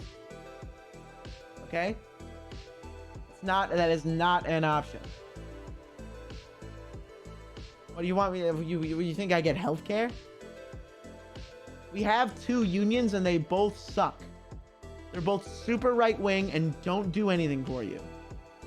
They're unions in the same way fucking the mafia's a union, dude.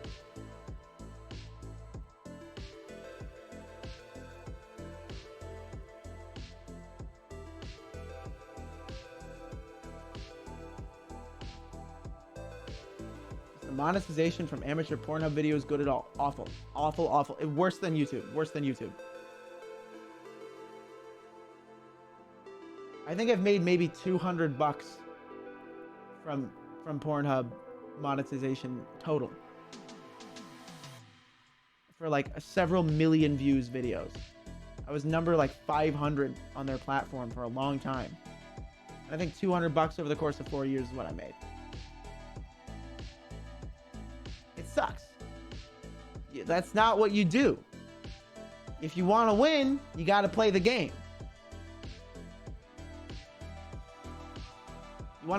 I'm not telling you guys how much I make on OnlyFans. And I'm not telling you guys how much I make on a shoot. Now, I can tell you how much I make on a shoot. That's a pretty good, honest question. But the thing is about like the OnlyFans one is that like I don't want to make people feel bad. You know? Because I see a lot of people like claim their what's it called? They're like percentage. Like they're I'm top 0.35. I'm top 0.028. I'm top point this, that, top 10%, top 0.8, top whatever. And all that does is let me zero in on exactly how much money they make.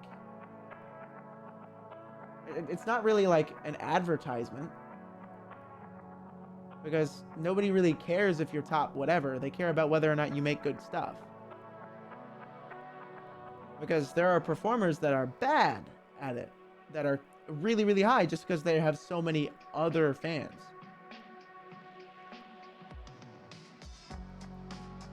You can do it if you're interested. It's not. I told you it's not an option. We cannot unionize. We cannot. That is not an option. Because that requires we go through legal channels, and we cannot do that because half of our job is still illegal.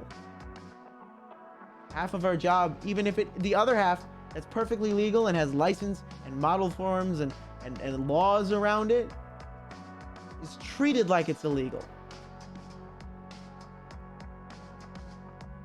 Fucking just say unionize. Fuck you. No offense, but like, oh my god.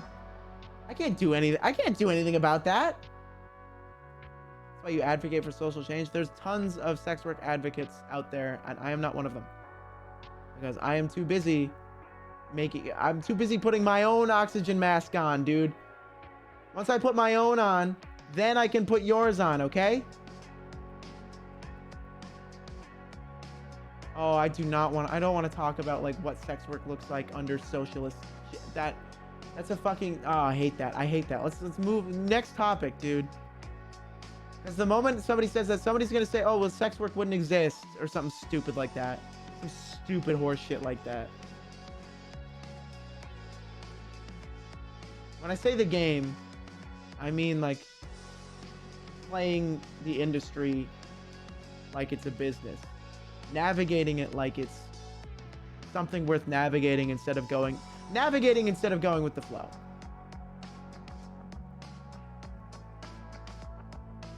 Oh, choose a game to play. Oh, okay, yeah. I would choose fucking Halo, but goddamn. Favorite celebrity you've ever met? Zendaya.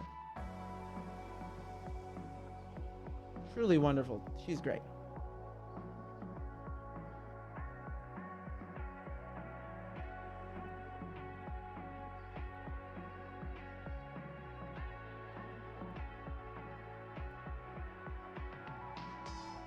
Yeah, if you're not well versed in the industry, you can't say like, "Oh, just unionize," you know?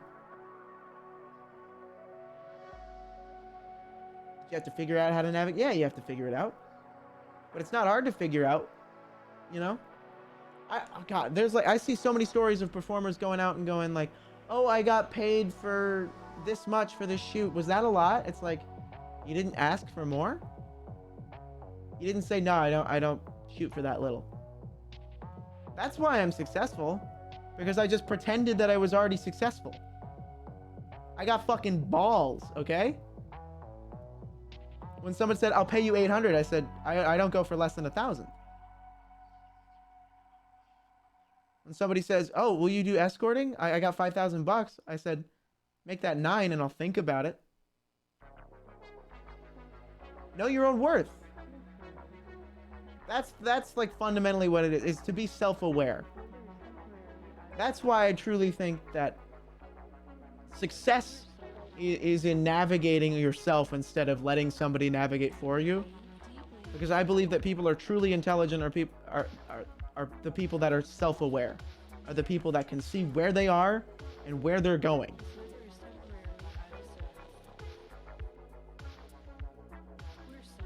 You know? Because if you're not self-aware, how different are you than from a dog?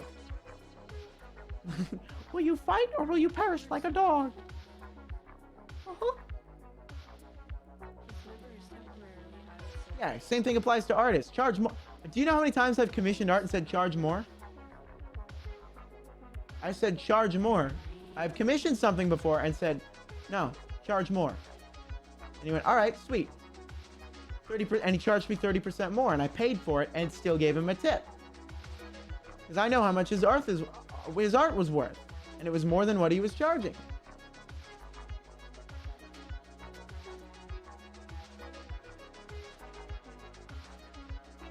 You know? Hello, Keeper Frosty. You gotta navigate, okay? Navigate. Not safe for work art community is a fascinating one. I'm a really big fan of a lot of not safe for work art. I'm sure that's not a surprise to you guys, but I sub to a lot of Patreons. A lot of Patreons. And Gumroads. And fan boxes. And subscribe stars. A lot. And I download big ol' archives of everything that they do. And I data hoard it. Because, like, you never know when that shit's gonna go, you know? Favorite not safe for work artist? 3D or 2D?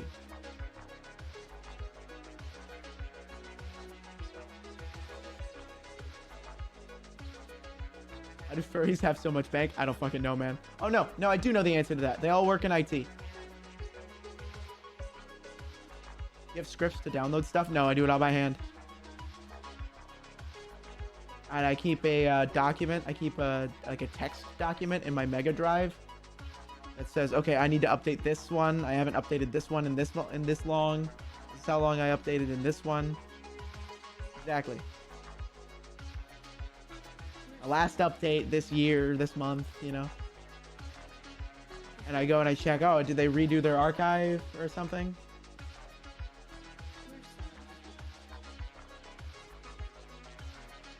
Curate. Yeah, I need to do better organization. Because right now it's just organized in like folder by artist. But I need to go in and tag them all. You know? How many NFTs? 0. Because I don't give a fuck about NFTs. I know the person that developed the Moderna vaccine was a furry. But also like, yeah, IT.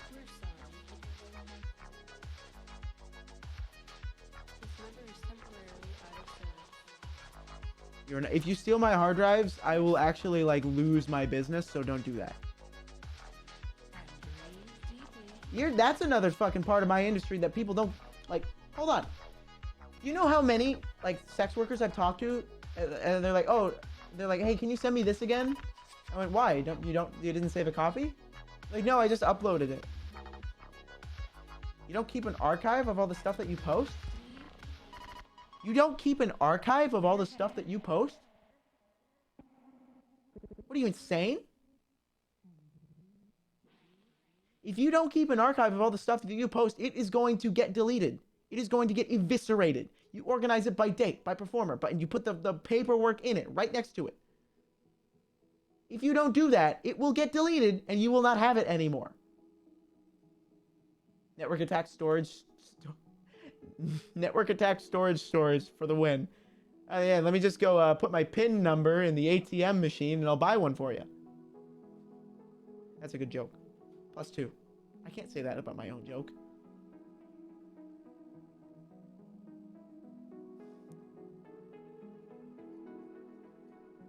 The internet is not forever. Exactly.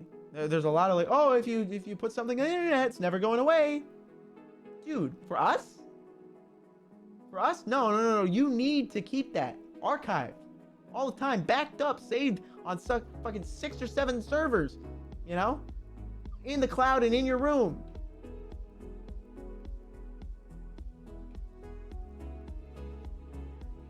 Got more metal than Dr. Doom.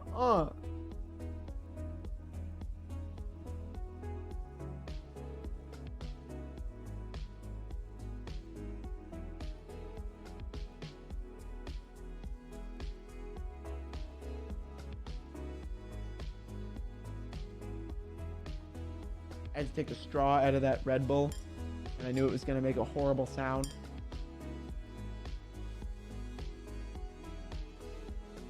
Imagine this all like 20 years ago where you have to have a wall of steel filing cabinets and you just open up a drawer and dig into a file just to pull out a nude photo of Samus getting fucked by Sonic.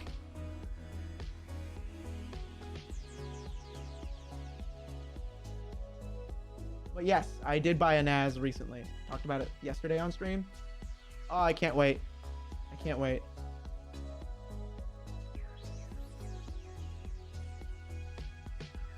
Everything's forever until Pornhub decides to delete everything that isn't verified. Exactly. And like, there is tons and tons of wonderful user-generated content that got just eviscerated instantly. Absolutely Thanos snapped and is gone. And will never come back, ever. We'll never see it.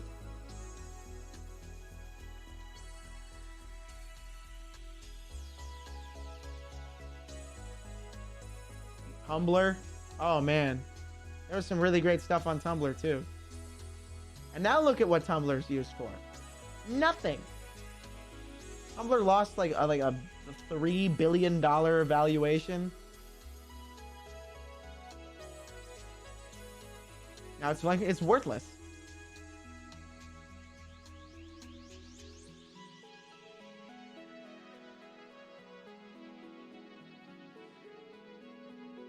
Kojima was right in MGS2.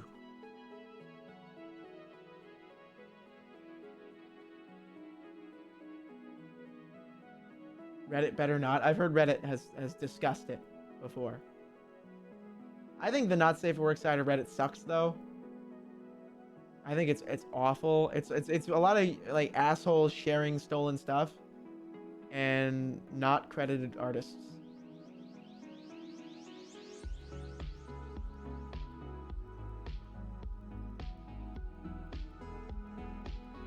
OnlyFans stepped back from the brink, even if they did make everybody cack themselves for a few days first.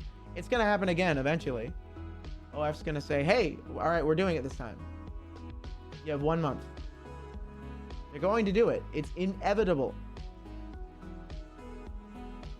Because OnlyFans has never ever been proud of the fact that they're a porn site. They've talked about how they're not proud of it. It wasn't even their intent to build one.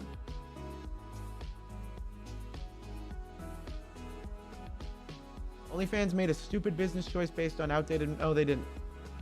They didn't.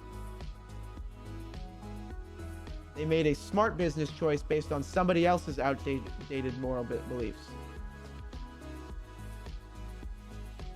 They said, hey, Visa and MasterCard aren't going to let us do anything.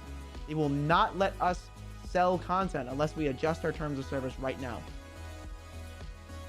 So we either meet their new guidelines or we change demographics.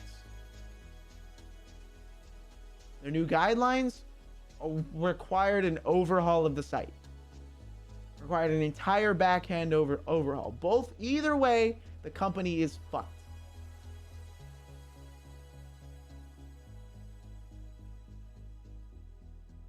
If they had to walk back, they made a stupid choice. Not necessarily.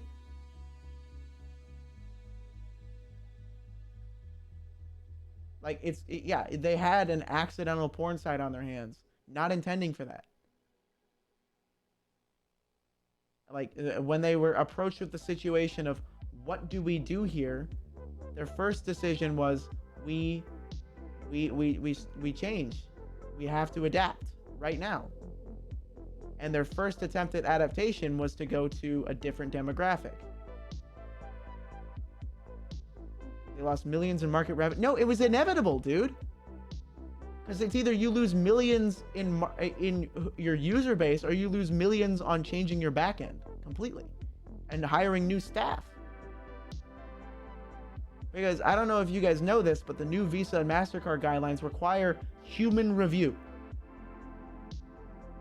It requires that somebody watches everything. Both are stupid choices. Literally, okay, hold on. Buddy. Both are stupid choices, but they have to make one. They chose the one that would have given them the best shot.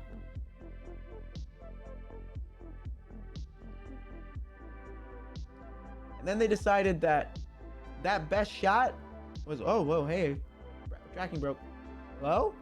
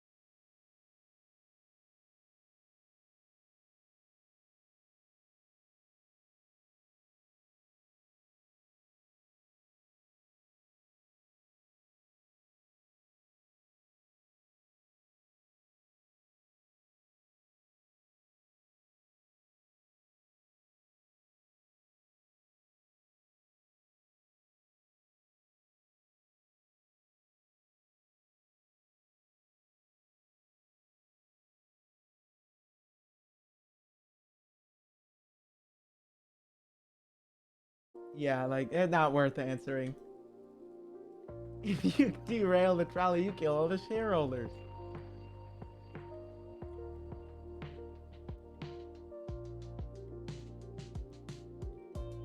I'm fucking ADHD, dude. I can't like unsee. And like, oh god, I have so many people tell me how to navigate my fucking job.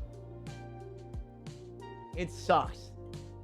It's super common. People will say, "Oh, well, why didn't you do?" Hell, somebody was like, "Why don't you unionize?"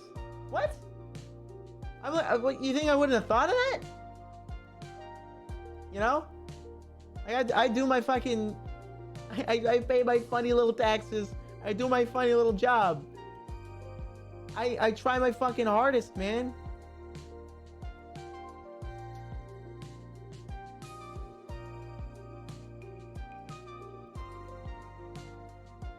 Choose a fun game, yeah, honestly.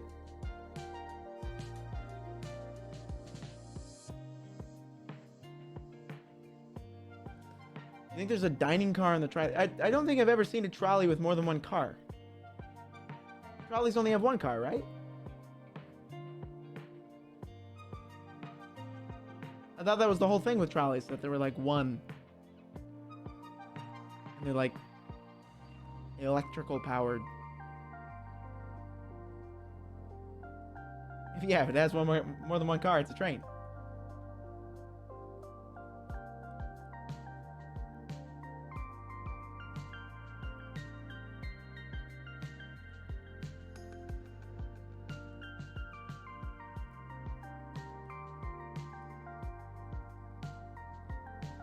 What about a tram? I don't know the difference between a trolley and a tram. Does a tram travel on a really light rail with the overhead electrical thing, but has multiple cars?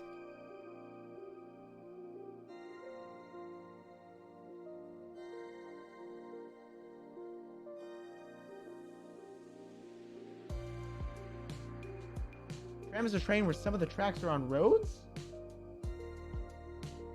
Tram is similar to a subway just above ground.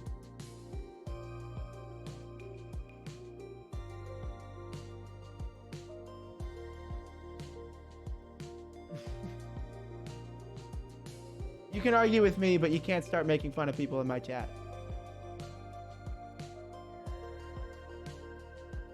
You can't start being a dick to people in my chat. You can be a dick to me all you want, because at least that gets a little bit of fucking content out of it. But if you start being a dick to the people in my chat, you're ruining other people's experiences. I don't care how much you've subbed. I don't care how much you've given. You can leave. If you're here to make everybody not have a fun time, go back to Modern Warfare 2.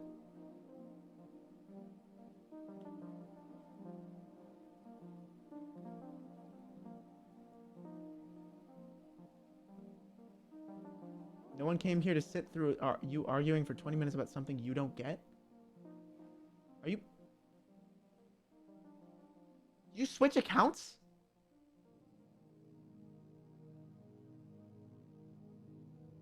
What the fuck, man?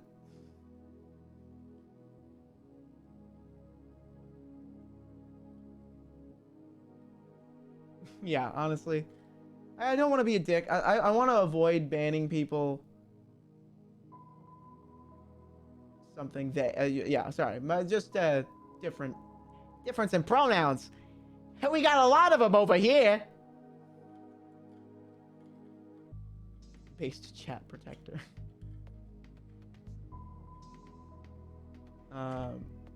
Switch accounts. You know those guys that like will comment on their own shit, they'll say that like, oh, as a black man, but they forget to change their accounts. Those are classics. Cause that's probably like next level pathetic. Where it's like, oh man, you're really like making up a guy to protect you?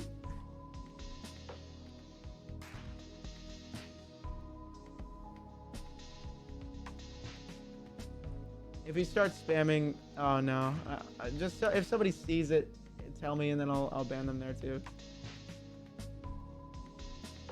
As a black gay man, yeah, that one. I reckon. Y'all need the 10 commandment. Who the fuck are you?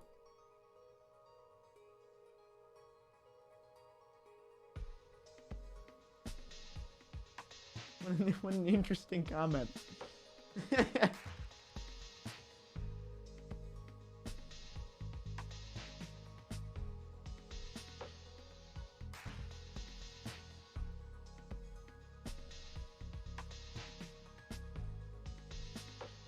Oh, sorry. Dead air, dude.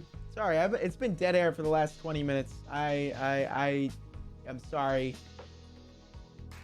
Red Bull wore off right when that happened. I can get another one.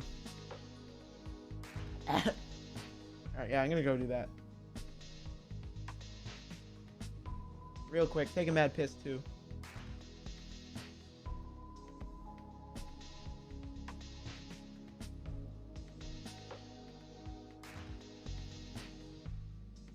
Wrong button. That would have been catastrophic, dude.